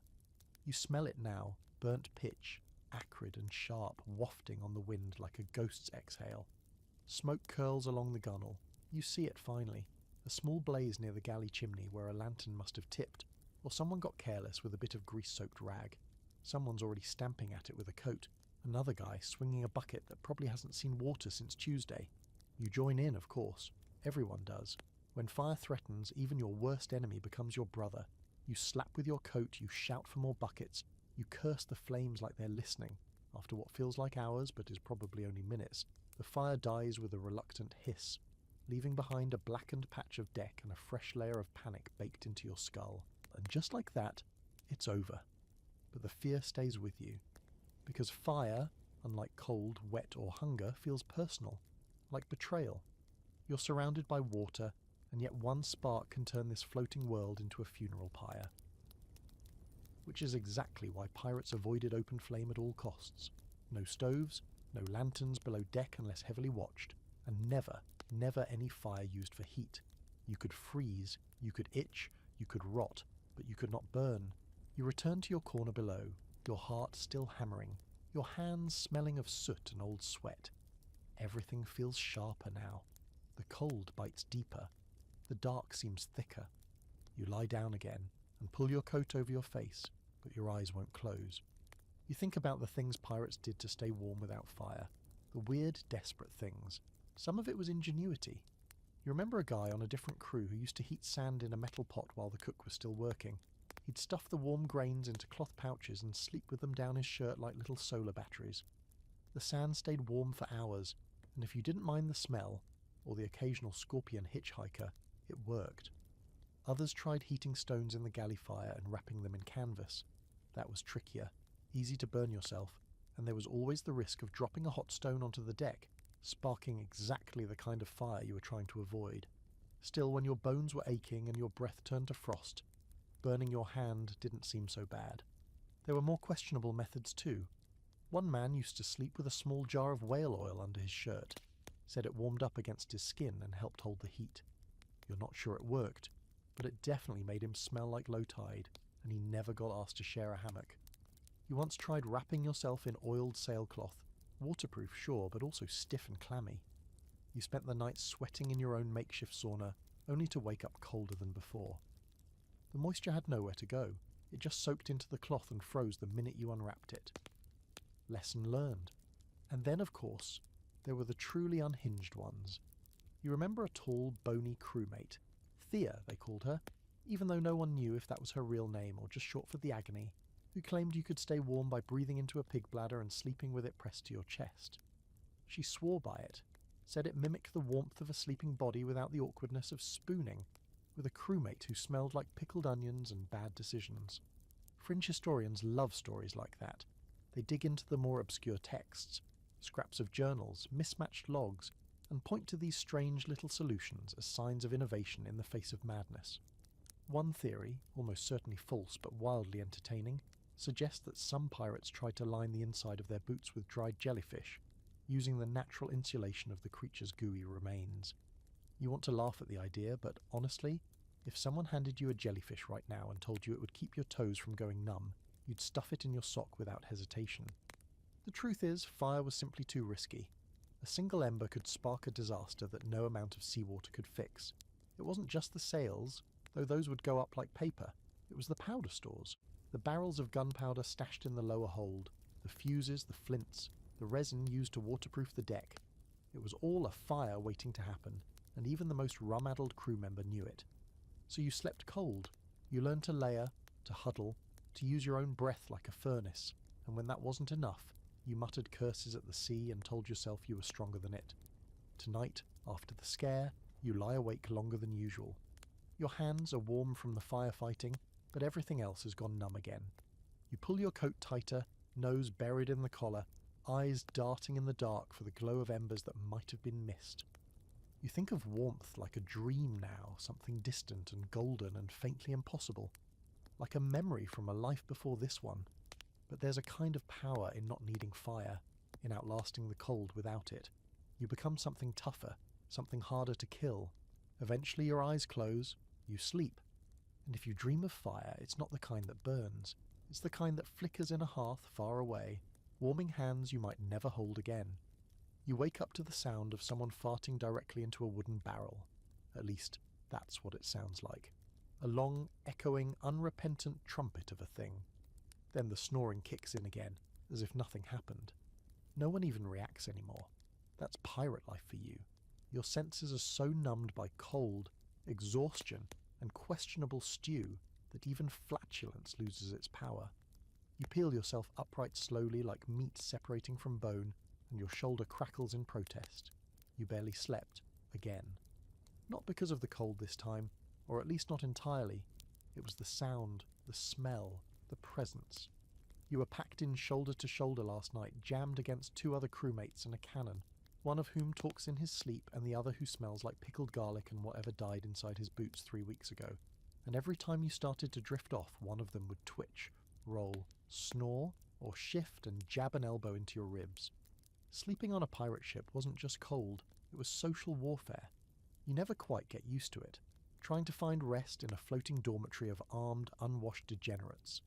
There are no walls, no curtains, no doors to shut out the world, just shared space, layered smells, and the slow realization that privacy is a luxury you left behind on the dock.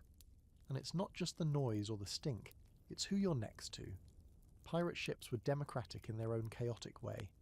You all took your meals together, hauled sails together, fought side by side when it came down to it.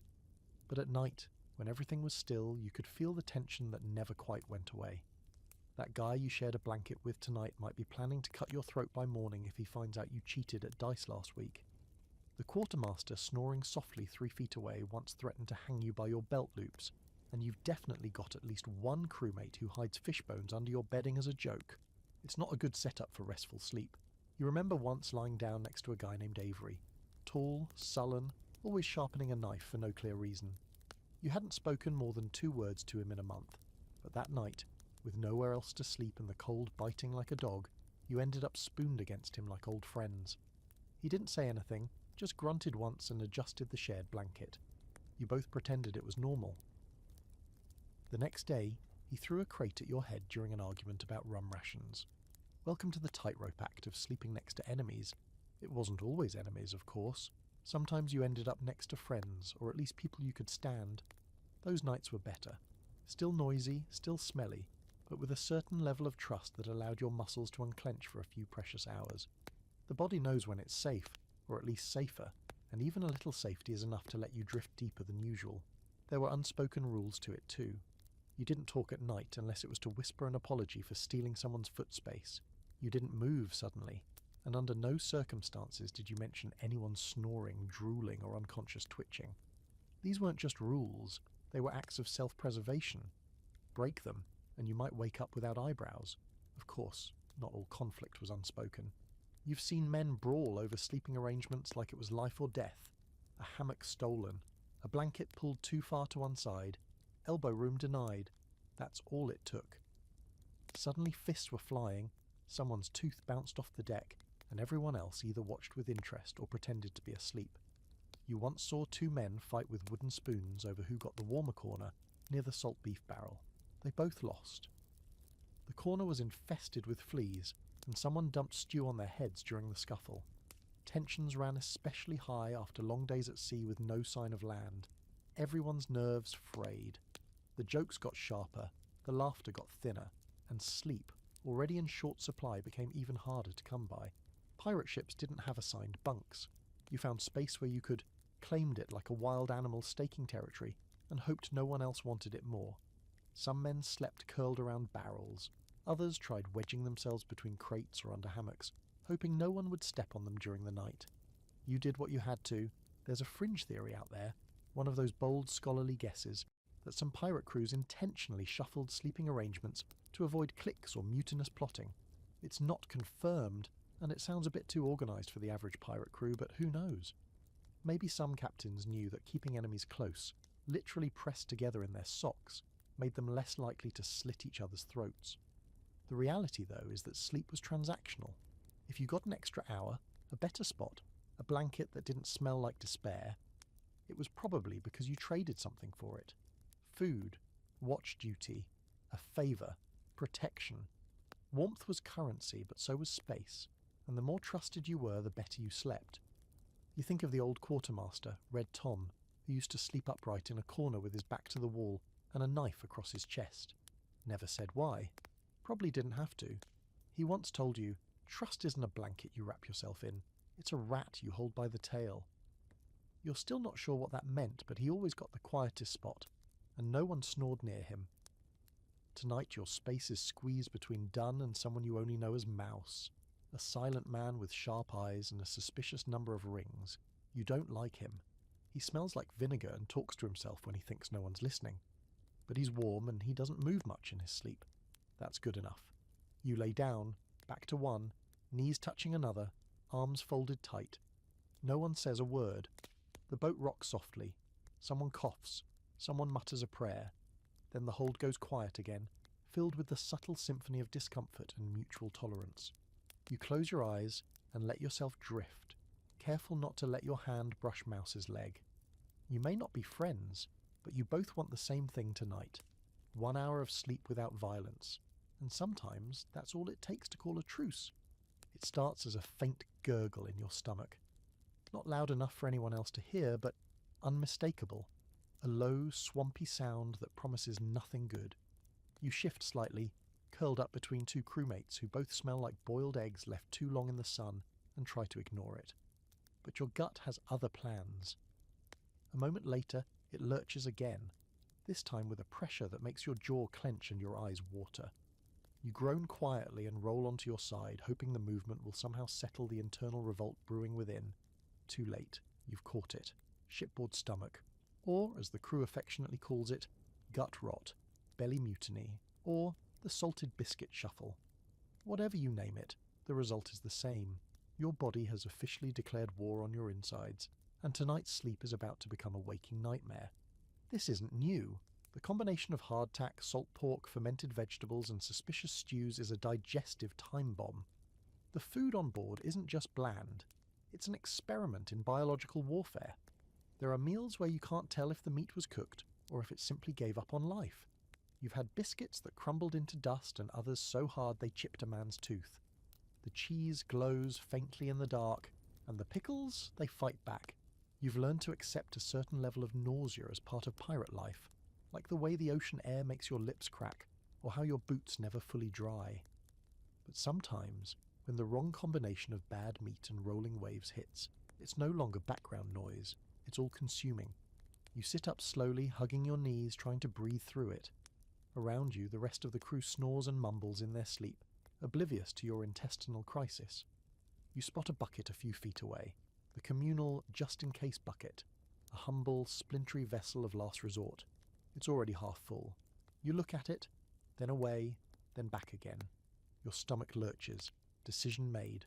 You scramble toward it, barefoot, weaving between legs and hammocks, and just barely make it in time. What comes out is a violent mess of everything you ate in the past 2 days, and possibly a few regrets from last year. The sound alone makes someone stir in the dark and groan, "Not again," before rolling over. When it's over, you slump beside the bucket, dizzy and shivering. Your throat burns, your head pounds, your stomach aches from the heaving. You're cold, soaked in sweat, and somehow still itchy. The worst part, you're wide awake now and you know sleep isn't coming back anytime soon. This isn't even your worst night. You remember a storm off the coast of Wales, waves pounding the deck, wind howling like a choir of angry ghosts. Half the crew was seasick for 3 days. No one slept. No one even tried. It was just bodies retching over the side, groaning into their hammocks, or lying flat on the deck trying to trick their brains into believing they were on dry land. Seasickness doesn't care how tough you are.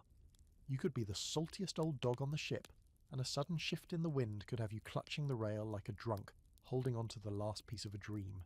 And once the nausea sets in, everything else follows. Headache, chills, weakness, and that floating half-drunk sensation that makes sleep feel like a cruel joke. Some pirates had cures, or claimed to. You've seen men chew ginger root, suck on lemons, or press mint leaves behind their ears like that would change anything. Others drank heavily before bed, hoping the alcohol would numb them enough to pass out before the waves did their worst. Some just curled up near the centre of the ship, where the motion was less severe, and tried to ride it out like a bad hangover. Then there were the dreams. Oh, the dreams. Food sickness, seasickness, stress, dehydration. They all team up to create the most vivid, bizarre sleep hallucinations you'll ever experience. You once dreamed your hammock turned into a giant tongue that tried to swallow you. Another time, you dreamed you were stuck inside a barrel of pickled onions, screaming while everyone on deck argued about which part of you to eat first. These fever dreams aren't just weird, they're exhausting. You wake up more tired than when you went to sleep, heart racing, soaked in sweat, convinced you're still being chased by a talking rat with your face. The mind, when left to stew in spoiled pork and paranoia, is not kind. Scholars rarely talk about this part of pirate life. They'll mention the food shortages, sure, and they'll nod at the diseases, scurvy, dysentery, typhus. But no one wants to dwell on the nightly horror of trying to sleep while your body turns inside out. And yet, if you talk to any sailor who's lived it, they'll all say the same thing. Sleep isn't about comfort, it's about survival. You glance at your sleeping spot. It's still there, barely warmed, next to Dunn's elbow and Mouse's questionable boots. The thought of crawling back under the tarp makes your stomach roll again. Instead, you sit with your back against a barrel, arms wrapped around your knees, and try to focus on breathing slowly. It's moments like this that make you question the whole pirate thing. You could have been a carpenter, a baker, even a rat catcher. But no, you chose the sea, the promise of gold, freedom, adventure. And now you're crouched beside a puke bucket, praying the ship stops moving long enough for your stomach to calm down. Eventually your head starts to nod. Not quite sleep, more like exhaustion's slow embrace. You drift in and out, jolted every time the ship rolls or a crewmate snores too loudly. Your dreams, when they come, are scattered. Fish with human teeth, a stew that screams, an endless hallway made of hammocks and screaming goats. You'll laugh about it later. You always do. Because what else can you do? You wipe your mouth with your sleeve, take a swig of stale water, and brace yourself for another day. Because no matter how sick you are, how bad the dreams get, how foul the stew is, you've still got to climb the rigging, hoist the sails, and maybe, just maybe, try to sleep again tomorrow night, if your stomach lets you. The rum tonight is strong, too strong, the kind that burns all the way down and somehow still manages to crawl back up for another round. You're sitting cross-legged near the foremast with a battered tin cup in your hand, swirling the dark liquid like it's fine wine instead of whatever passed for pirate spirits this week. The first mate calls it Blackwater grog. Most just call it sleep in a cup. And in a way, that's exactly what it is. Rum aboard a pirate ship isn't just tradition. It's ritual, medicine, comfort, escape. You sip it when the cold's in your bones. You swig it after a fight, before a storm, after a funeral, or instead of dinner when the biscuits go green and the pork starts crawling on its own. But more than anything, you drink it before trying to sleep. Because if there's one thing that can dull the edge of freezing wood, snoring crewmates, and the smell of 30 men stuffed into a leaking hull, it's a stiff pull of fermented molasses and wishful thinking. You take another sip. It numbs your lips, warms your throat. A fake warmth, sure, but after 3 weeks of frozen socks and waking up with ice crusting your eyebrows, you'll take what you can get. It's a funny thing, though. You'd think with the way pirates drank, they'd all be unconscious by sundown. But most of the time, rum isn't used to party. It's used to cope, to force your brain to shut off, to override the discomfort, the itch, the ache, and that familiar buzzing in your skull that comes from being exhausted but too wired to rest. You remember your first time drinking before sleep. You were new to the crew, still green, still flinching every time the sails cracked overhead. The nights were rough, You'd lie awake for hours, every sound a threat, every creak a sign of the ship falling apart, every breath from the guy next to you 1 second too long. The cold kept you awake, but so did your own thoughts. Then someone, might have been Rat-Faced Jim or Toothless Sarah, shoved a cup of rum into your hands and said, "Drink this. It'll punch your dreams quiet." You did, and it worked. Sort of. The rum doesn't give you good sleep, it gives you deep sleep. Heavy. Blank. Like sinking into a black ocean with no bottom. You don't dream. You just disappear for a few hours. And when you wake up, the pain's still there, the cold's still chewing your fingers, and someone's probably yelling already. But at least you had those hours of not being aware of it. Not everyone handles rum the same, though. Some men drink too much and sleep like corpses. Others wake up confused and combative, swinging at shadows. You once saw a man try to fight a sack of potatoes, convinced it had insulted his mother. He passed out mid-swing, head landing squarely in the stew pot. The cook just served around him. Then there are the night drinkers, the ones who get quiet and strange when the rum hits. They stare at nothing, mumble names, weep without sound. They drink to forget, and sometimes it works. Sometimes they get an hour or two of peace, but other times, well, the forgetting doesn't last. They wake up screaming. Or not at all. You've heard the debates. Some scholars say pirates were barely functioning alcoholics, drinking themselves stupid every night. Others argue that the rum was rationed, used sparingly and with purpose. Truth is, it probably depended on the ship, the crew and the day. Some captains encouraged moderate drinking, knowing it helped morale. Others were stricter, keeping the grog locked up until the work was done. And then there were the ones who drank with the crew, collapsing into the same vomit-stained hammocks when the bottle ran dry. Tonight things are quiet. The storm passed 2 days ago, the sails are holding, and no one's died in at least 24 hours, which qualifies as peace in pirate terms, so the rum's flowing a little freer, passed around in dented cups and chipped mugs. You see Dunn swaying near the steps, grinning like he's forgotten what toes feel like. Grady's passed out flat on his back with one boot on, and the other still in his hand. Mouse is sharpening a knife, sipping occasionally and muttering to himself. As usual, you finish your cup and lean back, letting the warmth spread through your limbs. It doesn't last long. The cold finds you again. It always does. But the rum softens the edges, makes the boards feel less like a coffin and more like a cradle. You settle into your usual spot, wedged between a barrel of tack biscuits and a sack of damp wool, and let your coat fall across your chest. The grog's in full effect now. Your muscles go soft, your jaw slackens, you feel yourself slipping. And here's the trick, don't fight it. If you try to hold on, stay half awake, you'll just make it worse. Let the rum take you, let the waves rock you, let the creaking ship hum its lullaby. Because for now, in this narrow moment, you're not cold, you're not tired, you're not trapped on a ship with half-mad thieves and a bucket for a toilet. You're just gone. Of course, there's always a price. You'll wake up with your tongue stuck to the roof of your mouth and a headache that feels like someone stuffed gunpowder in your skull.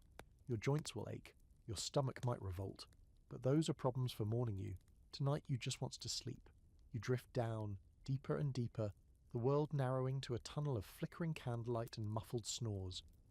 And in that final moment before you fall completely, you whisper a quiet, rum-fueled prayer to whatever gods might be listening. Let the rats stay quiet.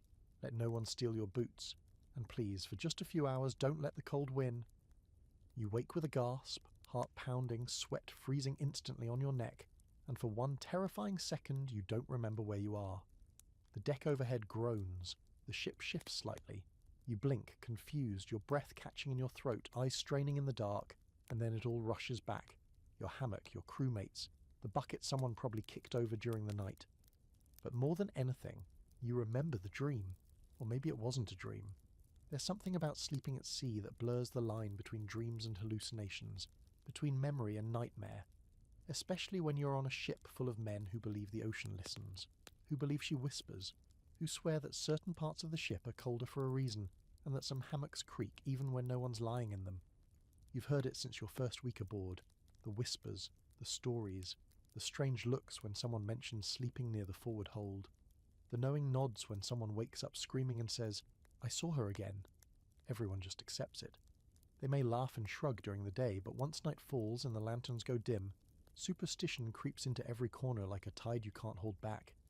Tonight, it was the woman in the waves. You saw her.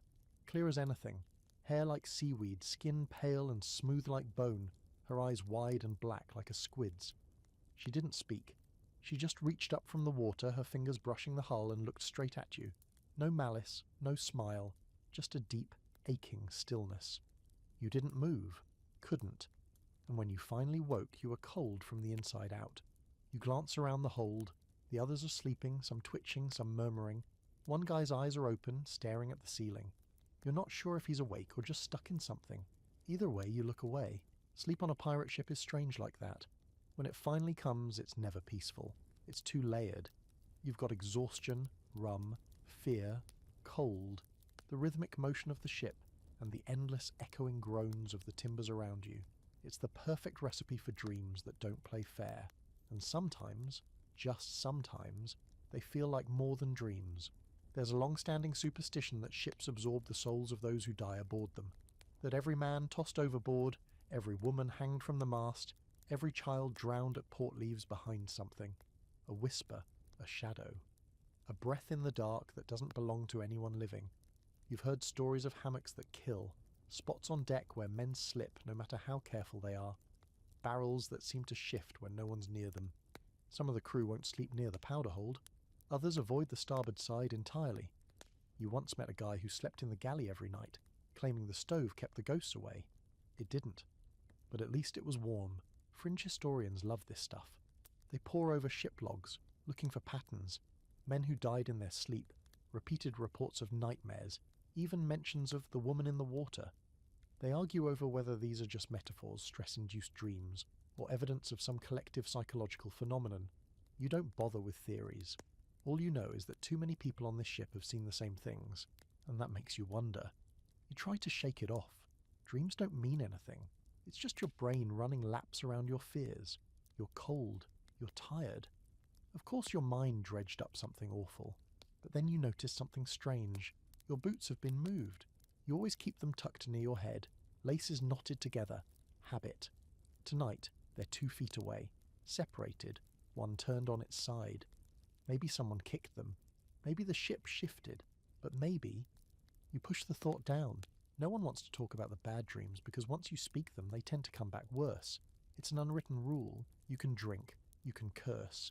You can even cry if you're quiet about it. But don't talk about the dreams. There's one crew member, old Cohen, who once broke the rule. Swore he saw a drowned child walking the lower deck at night. Said he heard its footsteps. Saw the wet prints. Everyone told him to shut up, to stop tempting fate. He kept talking, kept insisting. A week later he vanished during night watch. No splash, no scream. Just gone. Some say he jumped. Others whisper the child took him. Either way, his hammock's still empty. No one sleeps in it. Not because it's cursed, officially. But no one volunteers either. You lie back, adjusting your scarf, pulling it tighter over your nose. The dream is still clinging to you like mist. Your skin crawls. You can't stop thinking about those eyes. That silent reaching hand. You've had bad dreams before, but this one felt aware. And there's the rub, isn't it? Out here, surrounded by nothing but water and wood, your brain starts to feel watched. You can't tell what's real anymore. The sea talks. The wood talks. Sometimes even your own thoughts seem to have voices that aren't yours. And always the ship creaks. That sound, so constant you usually stop hearing it, suddenly seems louder, more deliberate, like footsteps. You sit up again, heart hammering. Nothing there. Just Dunn twitching in his sleep and Mouse chewing in his dreams. Still, the feeling doesn't leave. Some say the ship chooses who sleeps and who doesn't, that it watches you, tests you, and when you finally let your guard down, it reaches out. Just a whisper, just a touch. You lie back slowly, this time facing the hull.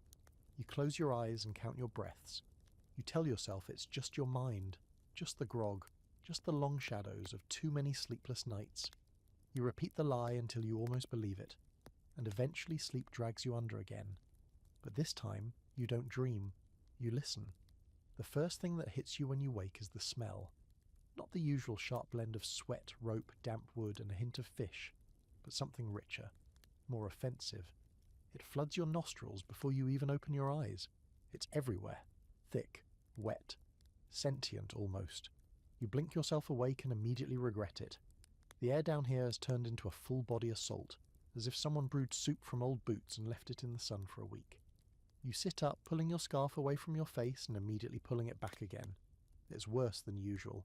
You've spent enough nights curled up on this ship to get used to the baseline stink, but this is new territory. You glance around the hold. No one else looks surprised. Just pinched noses, squinting eyes, and grumbling acceptance. The smell is winning. Again. Down below deck, smell is its own entity. It doesn't just exist. It clings. Sinks into the fibres of your clothes, into your hair, your skin. If hell has a foyer, it probably smells a lot like the lower deck of a pirate ship halfway through a 6-week voyage with no fresh food and no rain. It's like a living museum of body odours, each man's contribution preserved in the stale, unmoving air. You stagger to your feet and immediately step in something suspiciously warm. Your brain refuses to identify it. You hop backward, heels slamming into a bucket that tips over with a slosh. The smell intensifies. You gag. This is why sleep is never deep, never clean, because you're always one mystery puddle or surprise rat away from being wide awake. You don't have the luxury of relaxation. You sleep in defense mode, half conscious, one eye metaphorically open, ears trained for footsteps, creaks, or the ominous splash of something that used to be edible falling off a shelf. You walk toward the hatch to get some air, carefully stepping over Dunn, who's curled up next to a sack of onions, or at least you hope those are onions. Mouse is still asleep, mouth wide open, snoring through his nose, which seems like an act of bravery in this air. You make it to the ladder and climb quickly, the rush of cold night air hitting your face like a slap. It's a relief.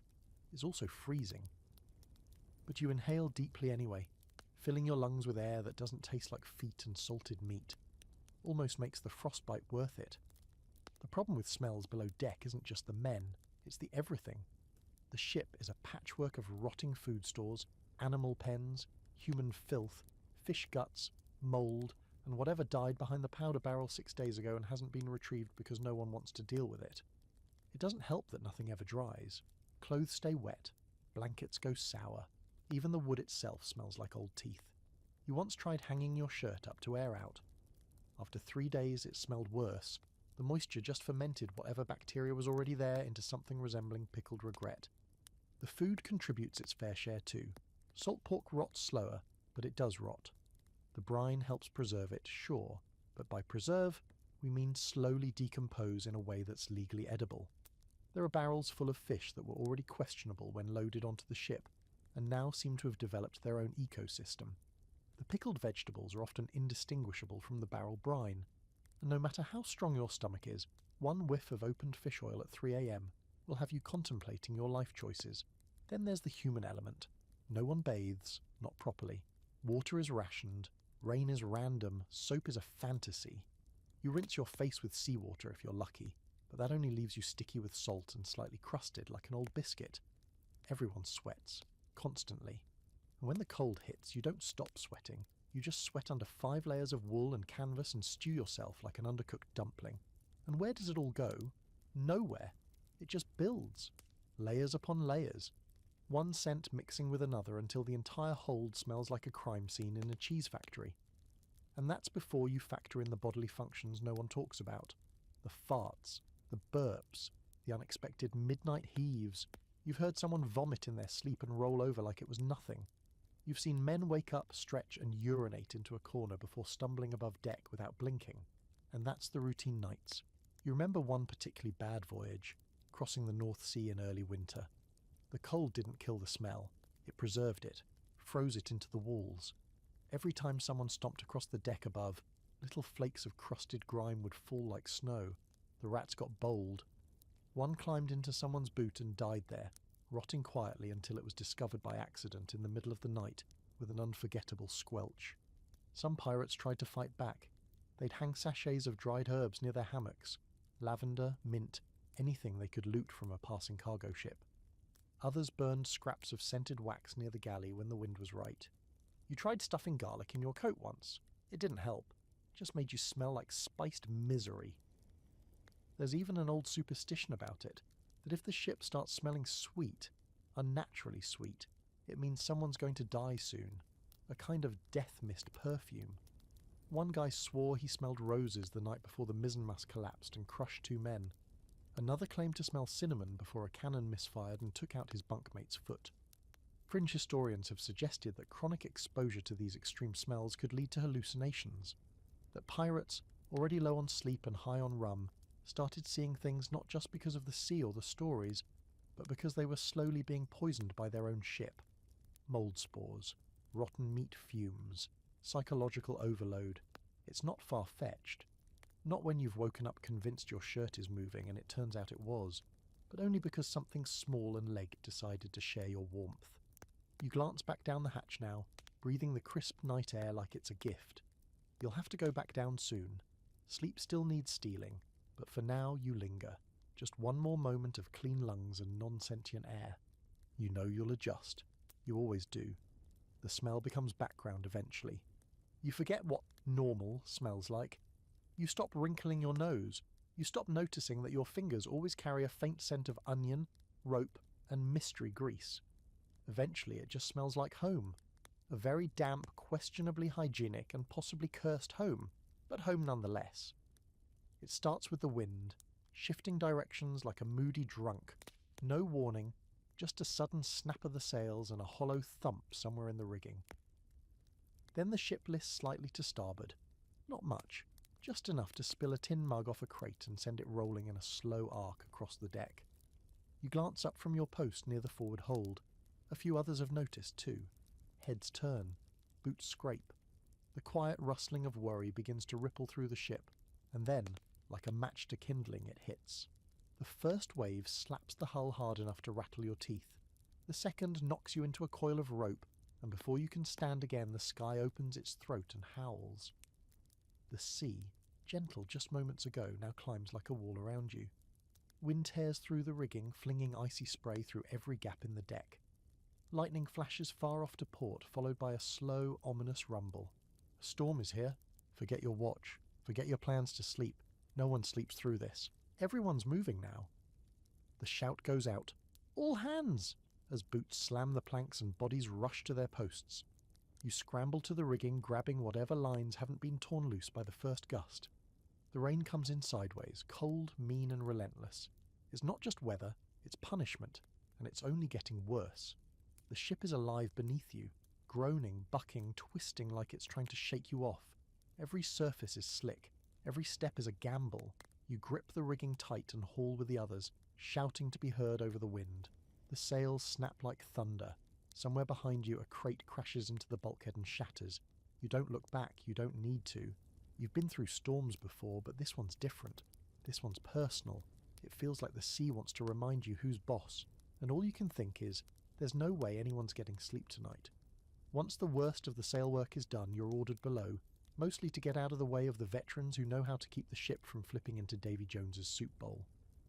But below deck is no better. It's darker, wetter, louder. Everything rocks. Everything moves. Water seeps in from places you didn't know existed. Buckets slide. Hammocks swing wildly, some even flipping entirely, dumping their unfortunate occupants onto the floor like overturned beetles. You make your way through the hold, crouched low to keep from smashing your head against a beam. The motion is dizzying. Left, right, up, down, all at once. You slip, catch yourself on a barrel and get a nice splash of cold stew across your leg. Delicious. And just when you think it can't get worse, someone vomits, loudly, nearby. You sit down hard in the narrow space near the midship beam, back pressed to the hull, knees to your chest. No one speaks. Everyone's just holding on, hands clutching wood, eyes wide, lips moving in silent prayers to gods they don't usually believe in. The hold smells like fear, sweat, and everything that didn't stay down. You can hear the storm outside, above, all around, the angry thrash of waves, the shriek of the wind through the gaps in the planks, the sickening creak of a mast that might at any moment snap. Sleep during a storm is more myth than possibility. You might pass out from exhaustion, sure, but actual rest, not happening. Every time your eyelids droop, the ship jerks violently and your spine knocks against the wood. Someone shouts, something crashes, a wave smashes against the hull with enough force to shake the nails loose. You're awake. Again. Every time. And the fear doesn't help. Fear keeps you sharp, keeps you alive, but it also keeps you awake. Because deep down, every sailor knows sleep in a storm is a risk. It's letting your guard down when the sea might just reach through the hull and snatch you out of your hammock like a rag doll. And even if you're not superstitious, it's hard not to feel like something's watching you in the dark, waiting for you to close your eyes. You think back to a storm last year, when the mainmast cracked in half and crushed a quarter of the deck crew. It was chaos, men screaming, rain pouring, blood on the planks, and someone shrieking that the sea had come to collect its due. You didn't sleep for 3 nights after that. Every time you tried, you heard that snap, that awful wooden snap. Historians argue over whether pirates were really tougher than other sailors, or just louder. But even they agree, storms were an equalizer. Navy men, merchant sailors, pirates, everyone feared a ship-cracking tempest. Because when the waves are taller than your masts and the wind sounds like it's laughing, all the gold in the world won't help you. Some of the older pirates, the ones with eyes like iron nails, claim they can sleep through storms. One bragged once that he once slept through a hurricane while dangling from a snapped boom, snoring the whole time, but everyone knows he's lying, or mad, probably both.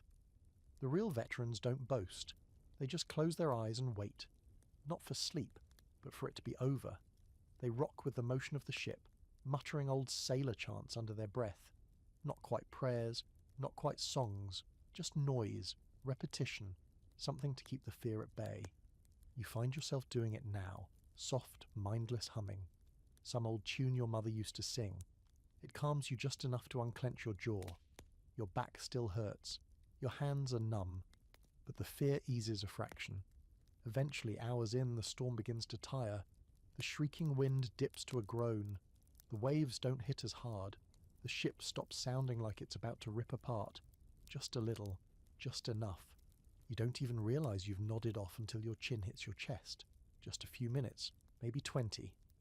But it's the kind of sleep born of total exhaustion. Heavy, black, dreamless. When you wake, you're no more rested than before, but at least your brain's shut down for a while.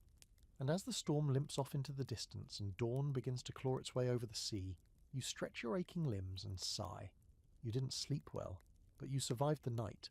And on a pirate ship, sometimes that's the better option anyway. You wake up to sunlight, and for a moment you don't recognize it.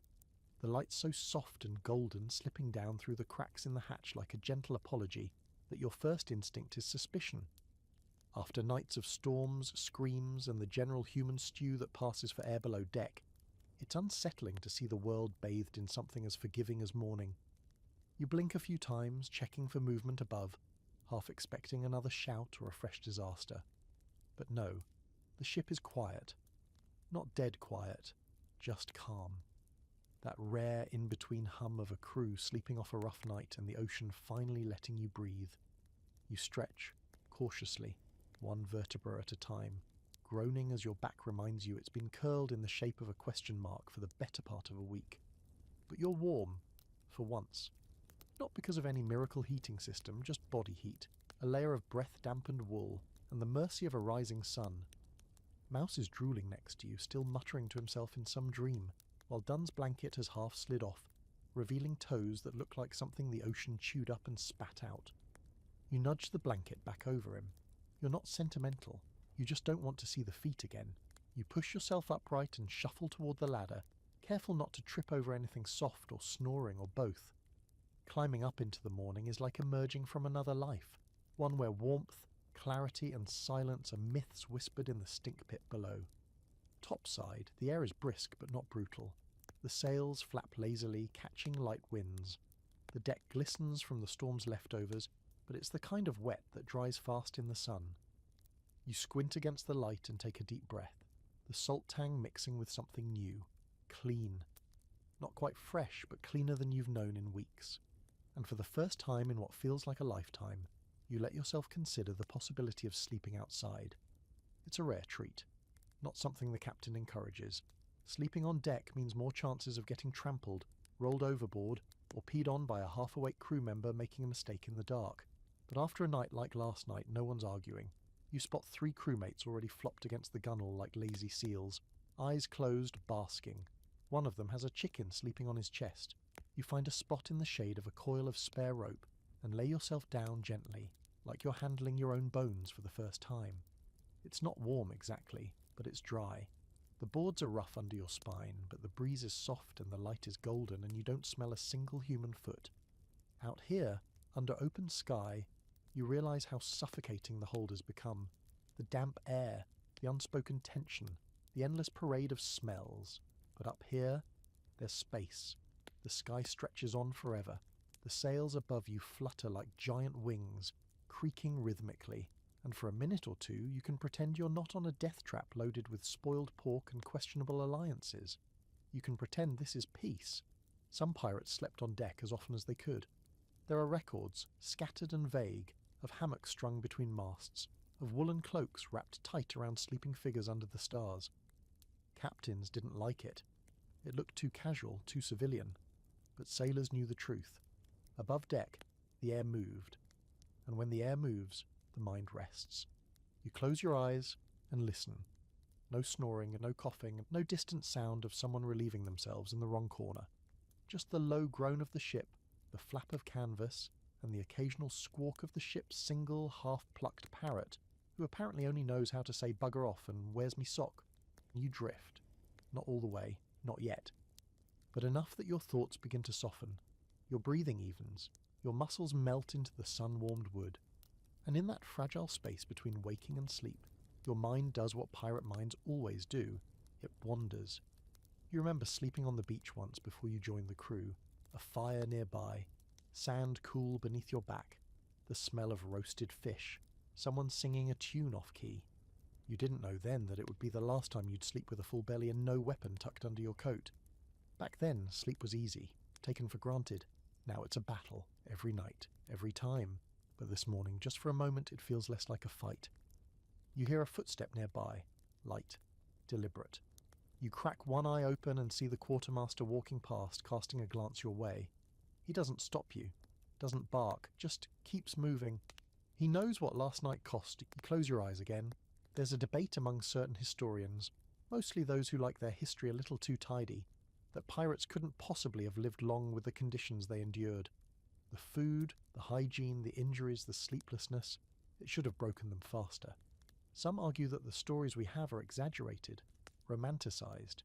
They think pirates were less brutal, more structured, cleaner, healthier, less filth and fury, more rowdy seafaring entrepreneurs. Those historians have clearly never tried to nap on a damp rope coil while listening for signs of mutiny. Because it's not about whether the pirates survived well, it's that they survived anyway. They adapted, found sleep where they could, in corners, under barrels, draped across cannon mounts. One guy on your ship sleeps with his head in a bucket and says it muffles the voices. You haven't asked what voices, you're not sure you want to know, but you understand him. Because when sleep is rare, you get creative. You take what you can. You learn to sleep like a cat, one eye open, ready to bolt at the slightest change in the wind. You learn to nap in 2-minute bursts, rocked by the sea, heart still half clenched with alertness. And sometimes, like this morning, when the stars align and the sea is gentle and no one's bleeding, you get lucky. You get real sleep. Your breathing slows again, you sink, and for a little while, no more than an hour maybe, you rest. Not because it's easy, but because it's finally allowed. You wake to the sensation of something brushing against your cheek, soft, feathery, and very much alive. Instinct kicks in. You flinch, swat wildly, and hear an indignant squawk followed by the rapid flapping of wings. The half-plucked parrot, offended and possibly plotting revenge, takes off into the rigging, screeching, "Bugger off!" like you insulted its grandmother. A few crewmates chuckle sleepily nearby. You blink against the midday sun, feeling the crust of dried salt clinging to your lips and the familiar weight of regret settling on your lower back. Still, not a bad way to wake up, all things considered.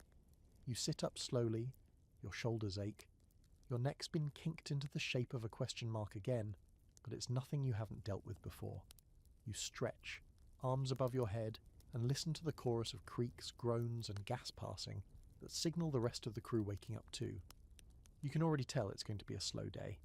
The ship rocks gently beneath you, caught in the kind of calm swell that sailors both bless and curse. No wind, but also no storms. Nothing urgent, just a slow drift across a glassy sea that glitters like a puddle of melted coins. These are the days that drag, the days where time stretches out like taffy, sticky and slow, and every minute feels like an hour. And these are also the days when sleep is hardest to find, because when you're busy, hauling sails, fighting storms, outrunning naval frigates, you fall into bed like a corpse, sleep hitting you before you've even finished swearing about the cold. But when there's nothing to do, when the air's too still and the sea's too quiet and your own thoughts start getting loud, that's when sleep gets tricky. You wander the deck in your usual slow shuffle, stretching your legs and trying not to step in anything fresh. You see Dunn playing dice with himself, probably cheating. Mouse is asleep again somehow, curled up like a shrimp near the base of the mainmast. And a couple of the younger crew are lounging near the galley, talking low and lazy about the last port they visited, and a barmaid who may or may not have had a moustache. You lean on the railing, staring out at nothing. The horizon's flat as a blade. The sun burns high and white, the kind of heat that doesn't warm so much as drain. You can feel it slowly cooking your brain like an egg in its shell. You start thinking about sleep again. Back below deck? Not likely. The hold is a stew pot by midday. The air's so thick you could cut it with a spoon, and every breath tastes like old leather and foot fungus. You could rig a tarp for shade, but the last time you did that, a rat fell from the rigging and landed squarely on your face. No thanks. Instead, you settle near the quarterdeck, in a patch of shadow cast by a sagging sail. You lie back, hat over your eyes, and try to pretend you're anywhere else. But here's the thing, midday sleep is a gamble. The crew's bored, and when pirates get bored, they get creative. You've seen it too many times. A man dozes off near a barrel and wakes up with his eyebrows shaved. Another gets a fish head tucked into his coat and doesn't notice for 2 hours. Someone once nailed a man's boot to the deck while he snored. He didn't even wake until he tried to stand. You've pulled some of those tricks yourself, of course. You're not innocent. But now, lying there, exposed and suspiciously sleepy, you realise how vulnerable you are, which means you don't sleep. Not really. You close your eyes, you breathe slow, you pretend. But your ears stay tuned for laughter, footsteps, or the soft hiss of someone sneaking up with a bucket of something unpleasant. It's not restful, but it's survival. There's a theory, whispered by the older hands and echoed occasionally by fringe scholars, that pirates developed a kind of hypervigilant sleep, a light surface-level rest that allowed the body to recharge without fully shutting down. They compare it to soldiers on the front lines, or animals in the wild, half aware, always listening. Some even claim that pirates learn to nap with one hemisphere of the brain at a time, like dolphins. That one's probably nonsense, but the core idea makes sense. You sleep how you live, ready to run or fight or duck at a moment's notice. You try it now. Let your body go limp. Keep your breathing slow. Let the shade cradle your face. You imagine soft grass, a warm fire, a room with a door that closes, but the moment someone laughs too loudly near the helm, your eyes snap open. Just a prank, nothing serious. Still your heart jumps like it heard a cannon. You sit up, wipe sweat from your brow. Your shirt's already soaked through. No breeze. The sails hang limp like laundry. The sea's too calm. Everything feels off. You scan the horizon again. Nothing. Just the same empty stretch. But the unease lingers. Sometimes it's like that. On days with no wind, no danger and no noise, the quiet feels heavier than battle. You're not the only one feeling it. The rest of the crew's twitchier now, eyes flicking, fingers drumming. Someone starts singing a tune under their breath, just to fill the silence. Another picks up a deck of cards, shuffles it without dealing. Everyone's chasing distraction. Anything but stillness. Because here's the dark truth no one talks about. Pirates didn't want peace. Not really. It made them restless, paranoid. Boredom was dangerous. It bred fights, schemes, nightmares, sleep. The worst fights you've ever seen. Not in storms, not in ports, not after raids. They happened on still days like this, when the air didn't move and everyone started thinking too much. You stand, brushing yourself off, abandoning the idea of rest. Not today. Instead, you head toward the rigging. It's not your shift, but the climbing helps. The wind always feels a little cooler up high, and from the crow's nest, even a fake purpose can keep your mind quiet for a while. You'll try sleeping again later, maybe at dusk when the heat fades and the crew settles. Maybe then, You can drift off without worrying about being shaved, pranked, or stabbed. But for now, you stay awake. Because the sun is too still and the sea is too flat, and sometimes it's the quiet that keeps you from sleeping at all. You haven't slept in 2 days. Not really. Maybe a few minutes here and there, head resting on your knees, eyes fluttering closed between shifts, but nothing deep, nothing restorative. Your limbs feel like they've been filled with wet sand. Your thoughts come in half-formed sentences. You keep forgetting where you left things, your scarf, your boots, your own name for a second back there. It's not just tiredness anymore. It's sleep deprivation, the real kind, the kind that chews on your nerves until your own body starts turning against you. You sit on a crate near the aft deck, hunched over, staring at your hands like they've betrayed you. They're shaking. Not violently, not enough for anyone else to notice, but it's there. That fine, twitchy tremble that comes when you've pushed past the limit. You clench your fists, then release them. The shaking doesn't stop. The light seems too bright, the sky too blue. Every sound is louder than it should be. Every creak of the ship is a warning. You blink and see something at the edge of your vision. A shape, a figure. You turn your head sharply. Nothing's there. Just done, snoring softly with his mouth open and one sock half off. You stare for a long time just to be sure. You're starting to hallucinate. You know it. You're not proud. But it's not uncommon out here. Sleep deprivation is part of the job. Storms, shifts, emergencies, hunger. Anything can rob you of sleep, and once it starts slipping away, it's almost impossible to claw back. The ship keeps moving, the wind keeps blowing, and you keep going, because you have to.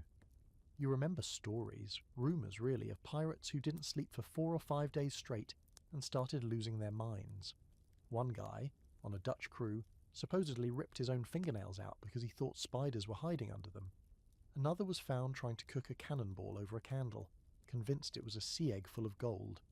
No one talks much about it, but it's there, under the surface. The slow unravelling of a man's brain when it doesn't get the one thing it needs most. Even the toughest pirates, cutthroats with more scars than teeth, can be undone by a lack of rest. You've seen it. Watched men with 1,000-yard stares sit in silence for hours, mumbling to themselves, flinching at shadows. They weren't weak, just tired. And you're headed down that same road. You try to stand and your knees buckle. You catch yourself on the railing, the rough wood biting into your palms. You close your eyes and sway there, half dreaming, half waking. The breeze whispers something.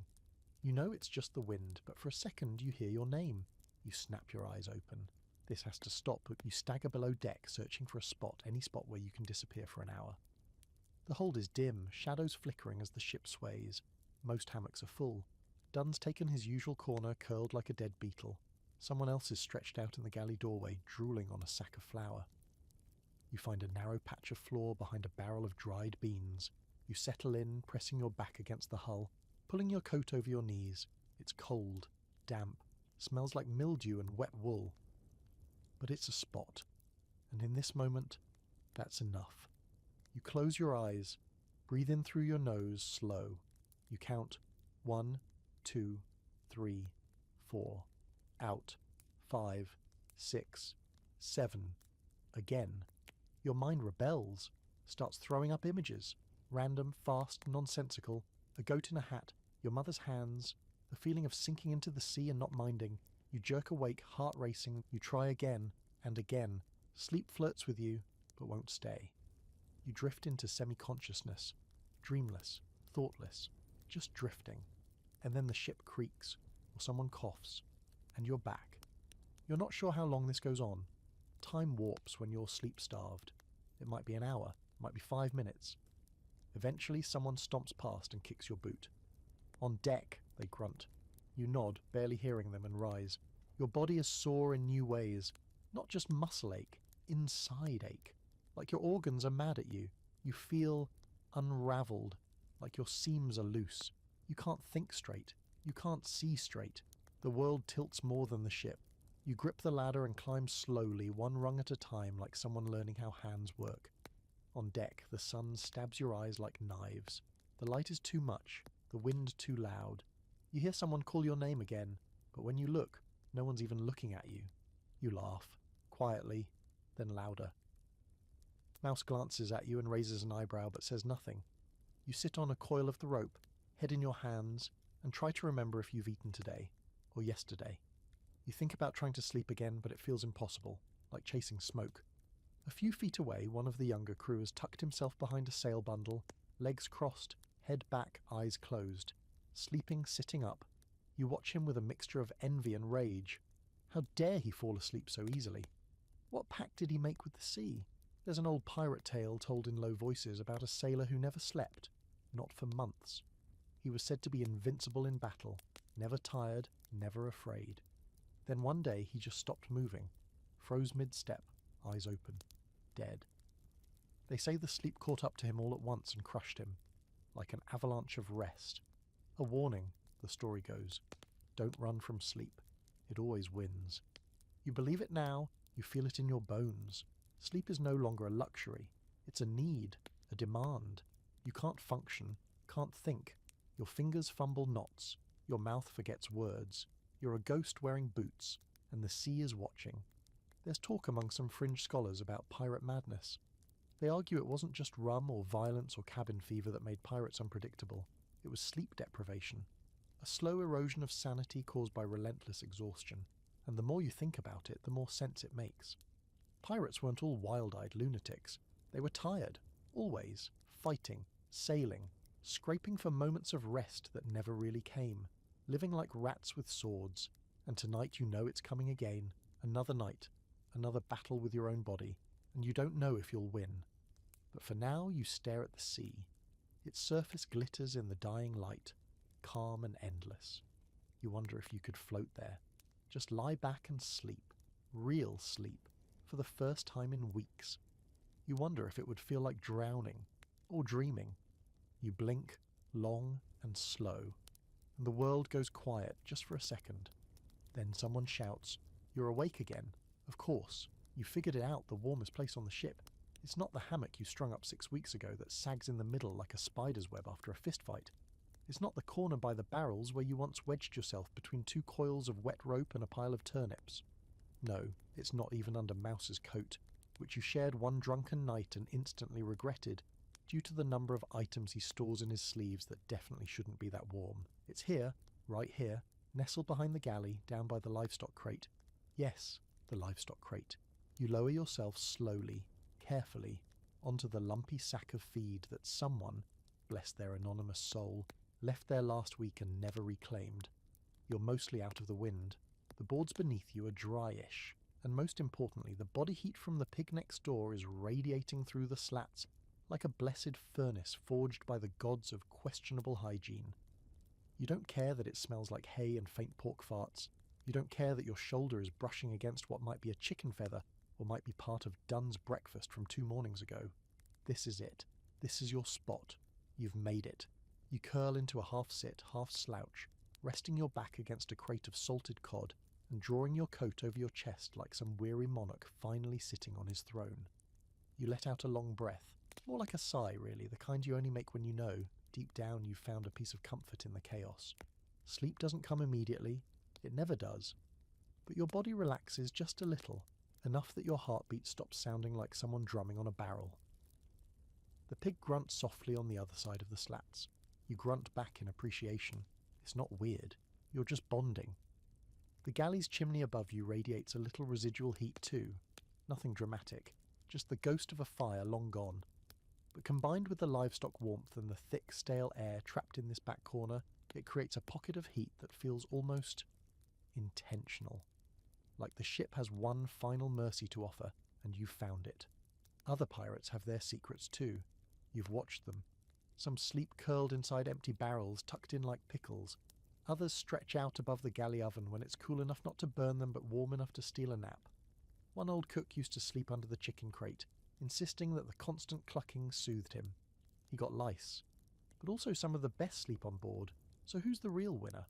You hear whispers sometimes, passed between crewmates like treasure maps. Warm spot under the bilge pipe. The corner by the gunpowder's dry tonight. If you sleep beside the second rum barrel, you can hear singing. That last one might not be a plus, depending on who's doing the singing, but still, everyone has a secret sleeping spot, a little carved-out space in this floating madhouse where they feel almost human again. Yours just happens to be next to a pig. You don't think about it too hard. Your eyes drift shut slowly. The motion of the ship has softened into a gentle rock, not unlike the cradle you probably never had. You can hear the muffled clatter of a few late shufflers topside, but they're distant now. It's you, the pig, and the lingering warmth of old stew fires and forgotten breadcrumbs. Your body starts to give in, muscles unknotting, joints softening. Your head leans against the crate, which makes a slight groaning sound but holds your weight. You've had worse pillows. Last week you used a shoe filled with straw.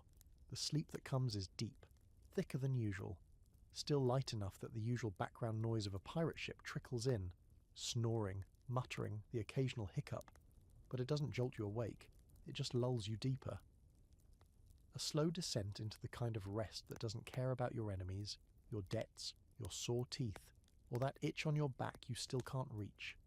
Somewhere in the middle of it you dream, not the bad kind, not ghosts or storms or the woman in the waves. You dream you're back on land. You don't know where. The colours are all wrong and the buildings keep changing shapes when you turn your head. But there's grass, real grass, soft under your feet. You lie down in a field and the sun warms your face. No wind, no cold, just light and peace. You wake with drool on your coat, a faint ache in your spine, and the sharp realization that your right leg is completely numb. You shift, groan, stretch, and catch the eye of the pig, who seems unimpressed by your presence but hasn't moved an inch. Respect. You sit there for a moment, blinking slowly. Still tired, yes, but less tired. Your bones don't creak as much. Your fingers flex without protest. Your head feels clearer, like someone wiped the grime off your thoughts. This spot worked. You'll never tell anyone. If word gets out, it's gone. Someone will steal it. 2 guys will fight over it. The pig might be replaced with a barrel of nails. You've seen it happen. One guy built himself a hammock under a rowboat tied to the deck beams. The next day, someone else cut it down and took his place. Nothing is sacred out here. Not food, not clothing, and definitely not sleep spots. So you tuck this one away. Keep it secret. Maybe write a little X under the crate in chalk. Maybe leave a crumb trail, literal or otherwise. Fringe researchers argue about this kind of thing, where pirates actually found rest, warmth, comfort.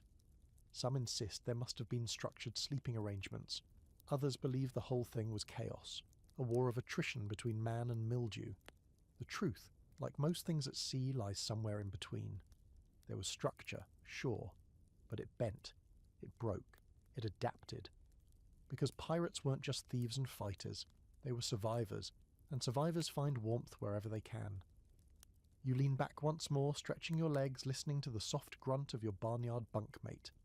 The crew shuffles in the distance, laughter and footsteps, the usual noise of barely restrained anarchy. But here, in your hidden corner, it's quiet, warm, almost still. You smile, just a little, and start to drift again. You don't realize how used to the discomfort you've become until it's suddenly missing. It's like waking up one morning and noticing that the pain in your tooth, the one that's been humming in your jaw for weeks, has simply vanished. You don't celebrate right away. You just lie there, confused, waiting for it to return. That's how you feel now, curled in your secret pig-warmed nook, wrapped in layers of salt-stiffened cloth, and strangely, not suffering.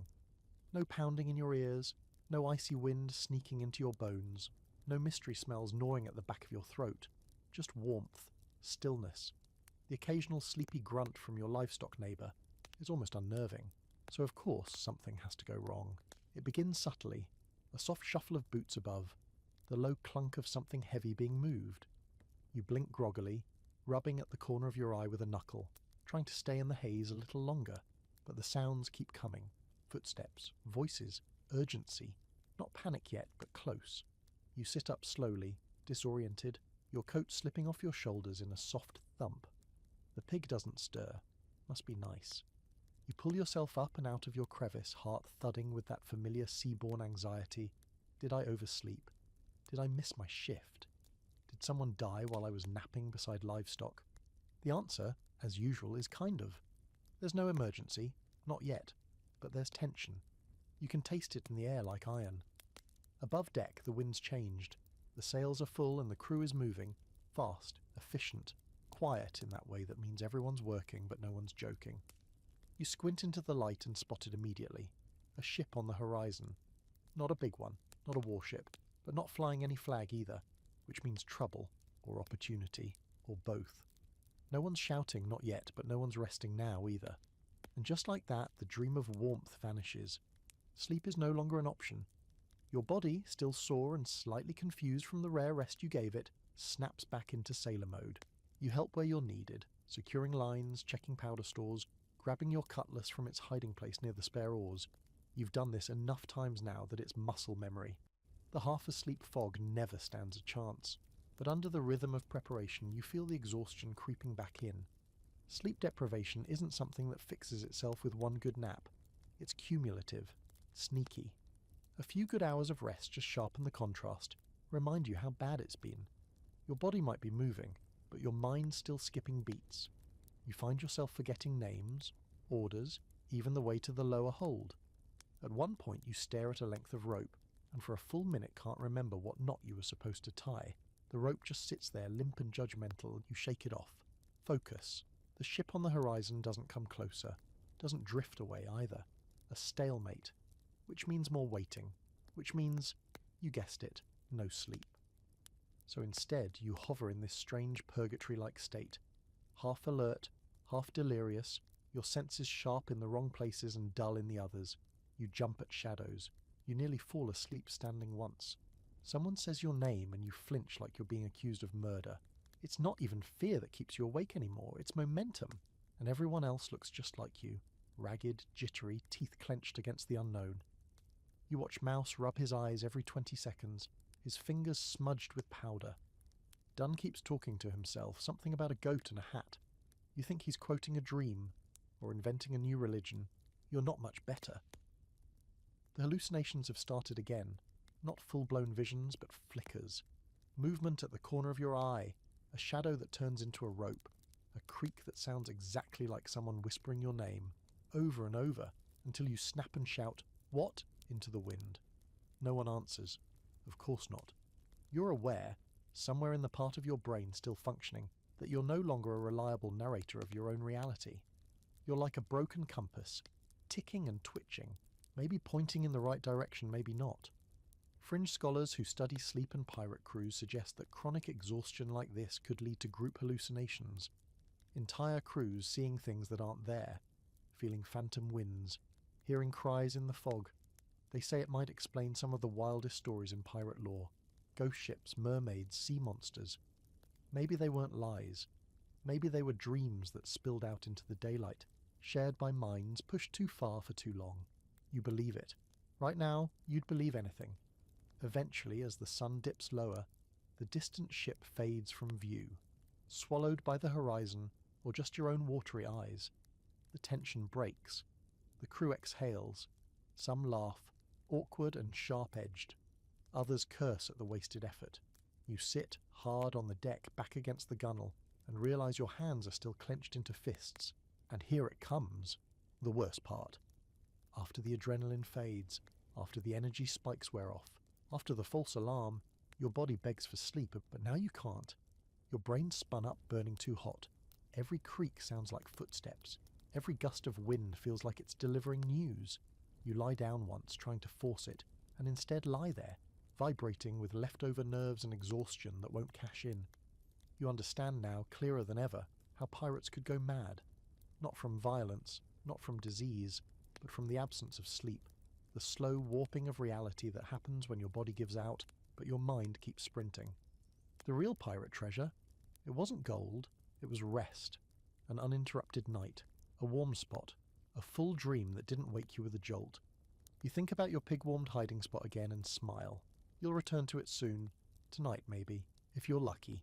If no one's stolen it, if the ship stays quiet, you sit there until the sky goes violet and the sea cools beneath the stars. And finally, your eyes begin to close.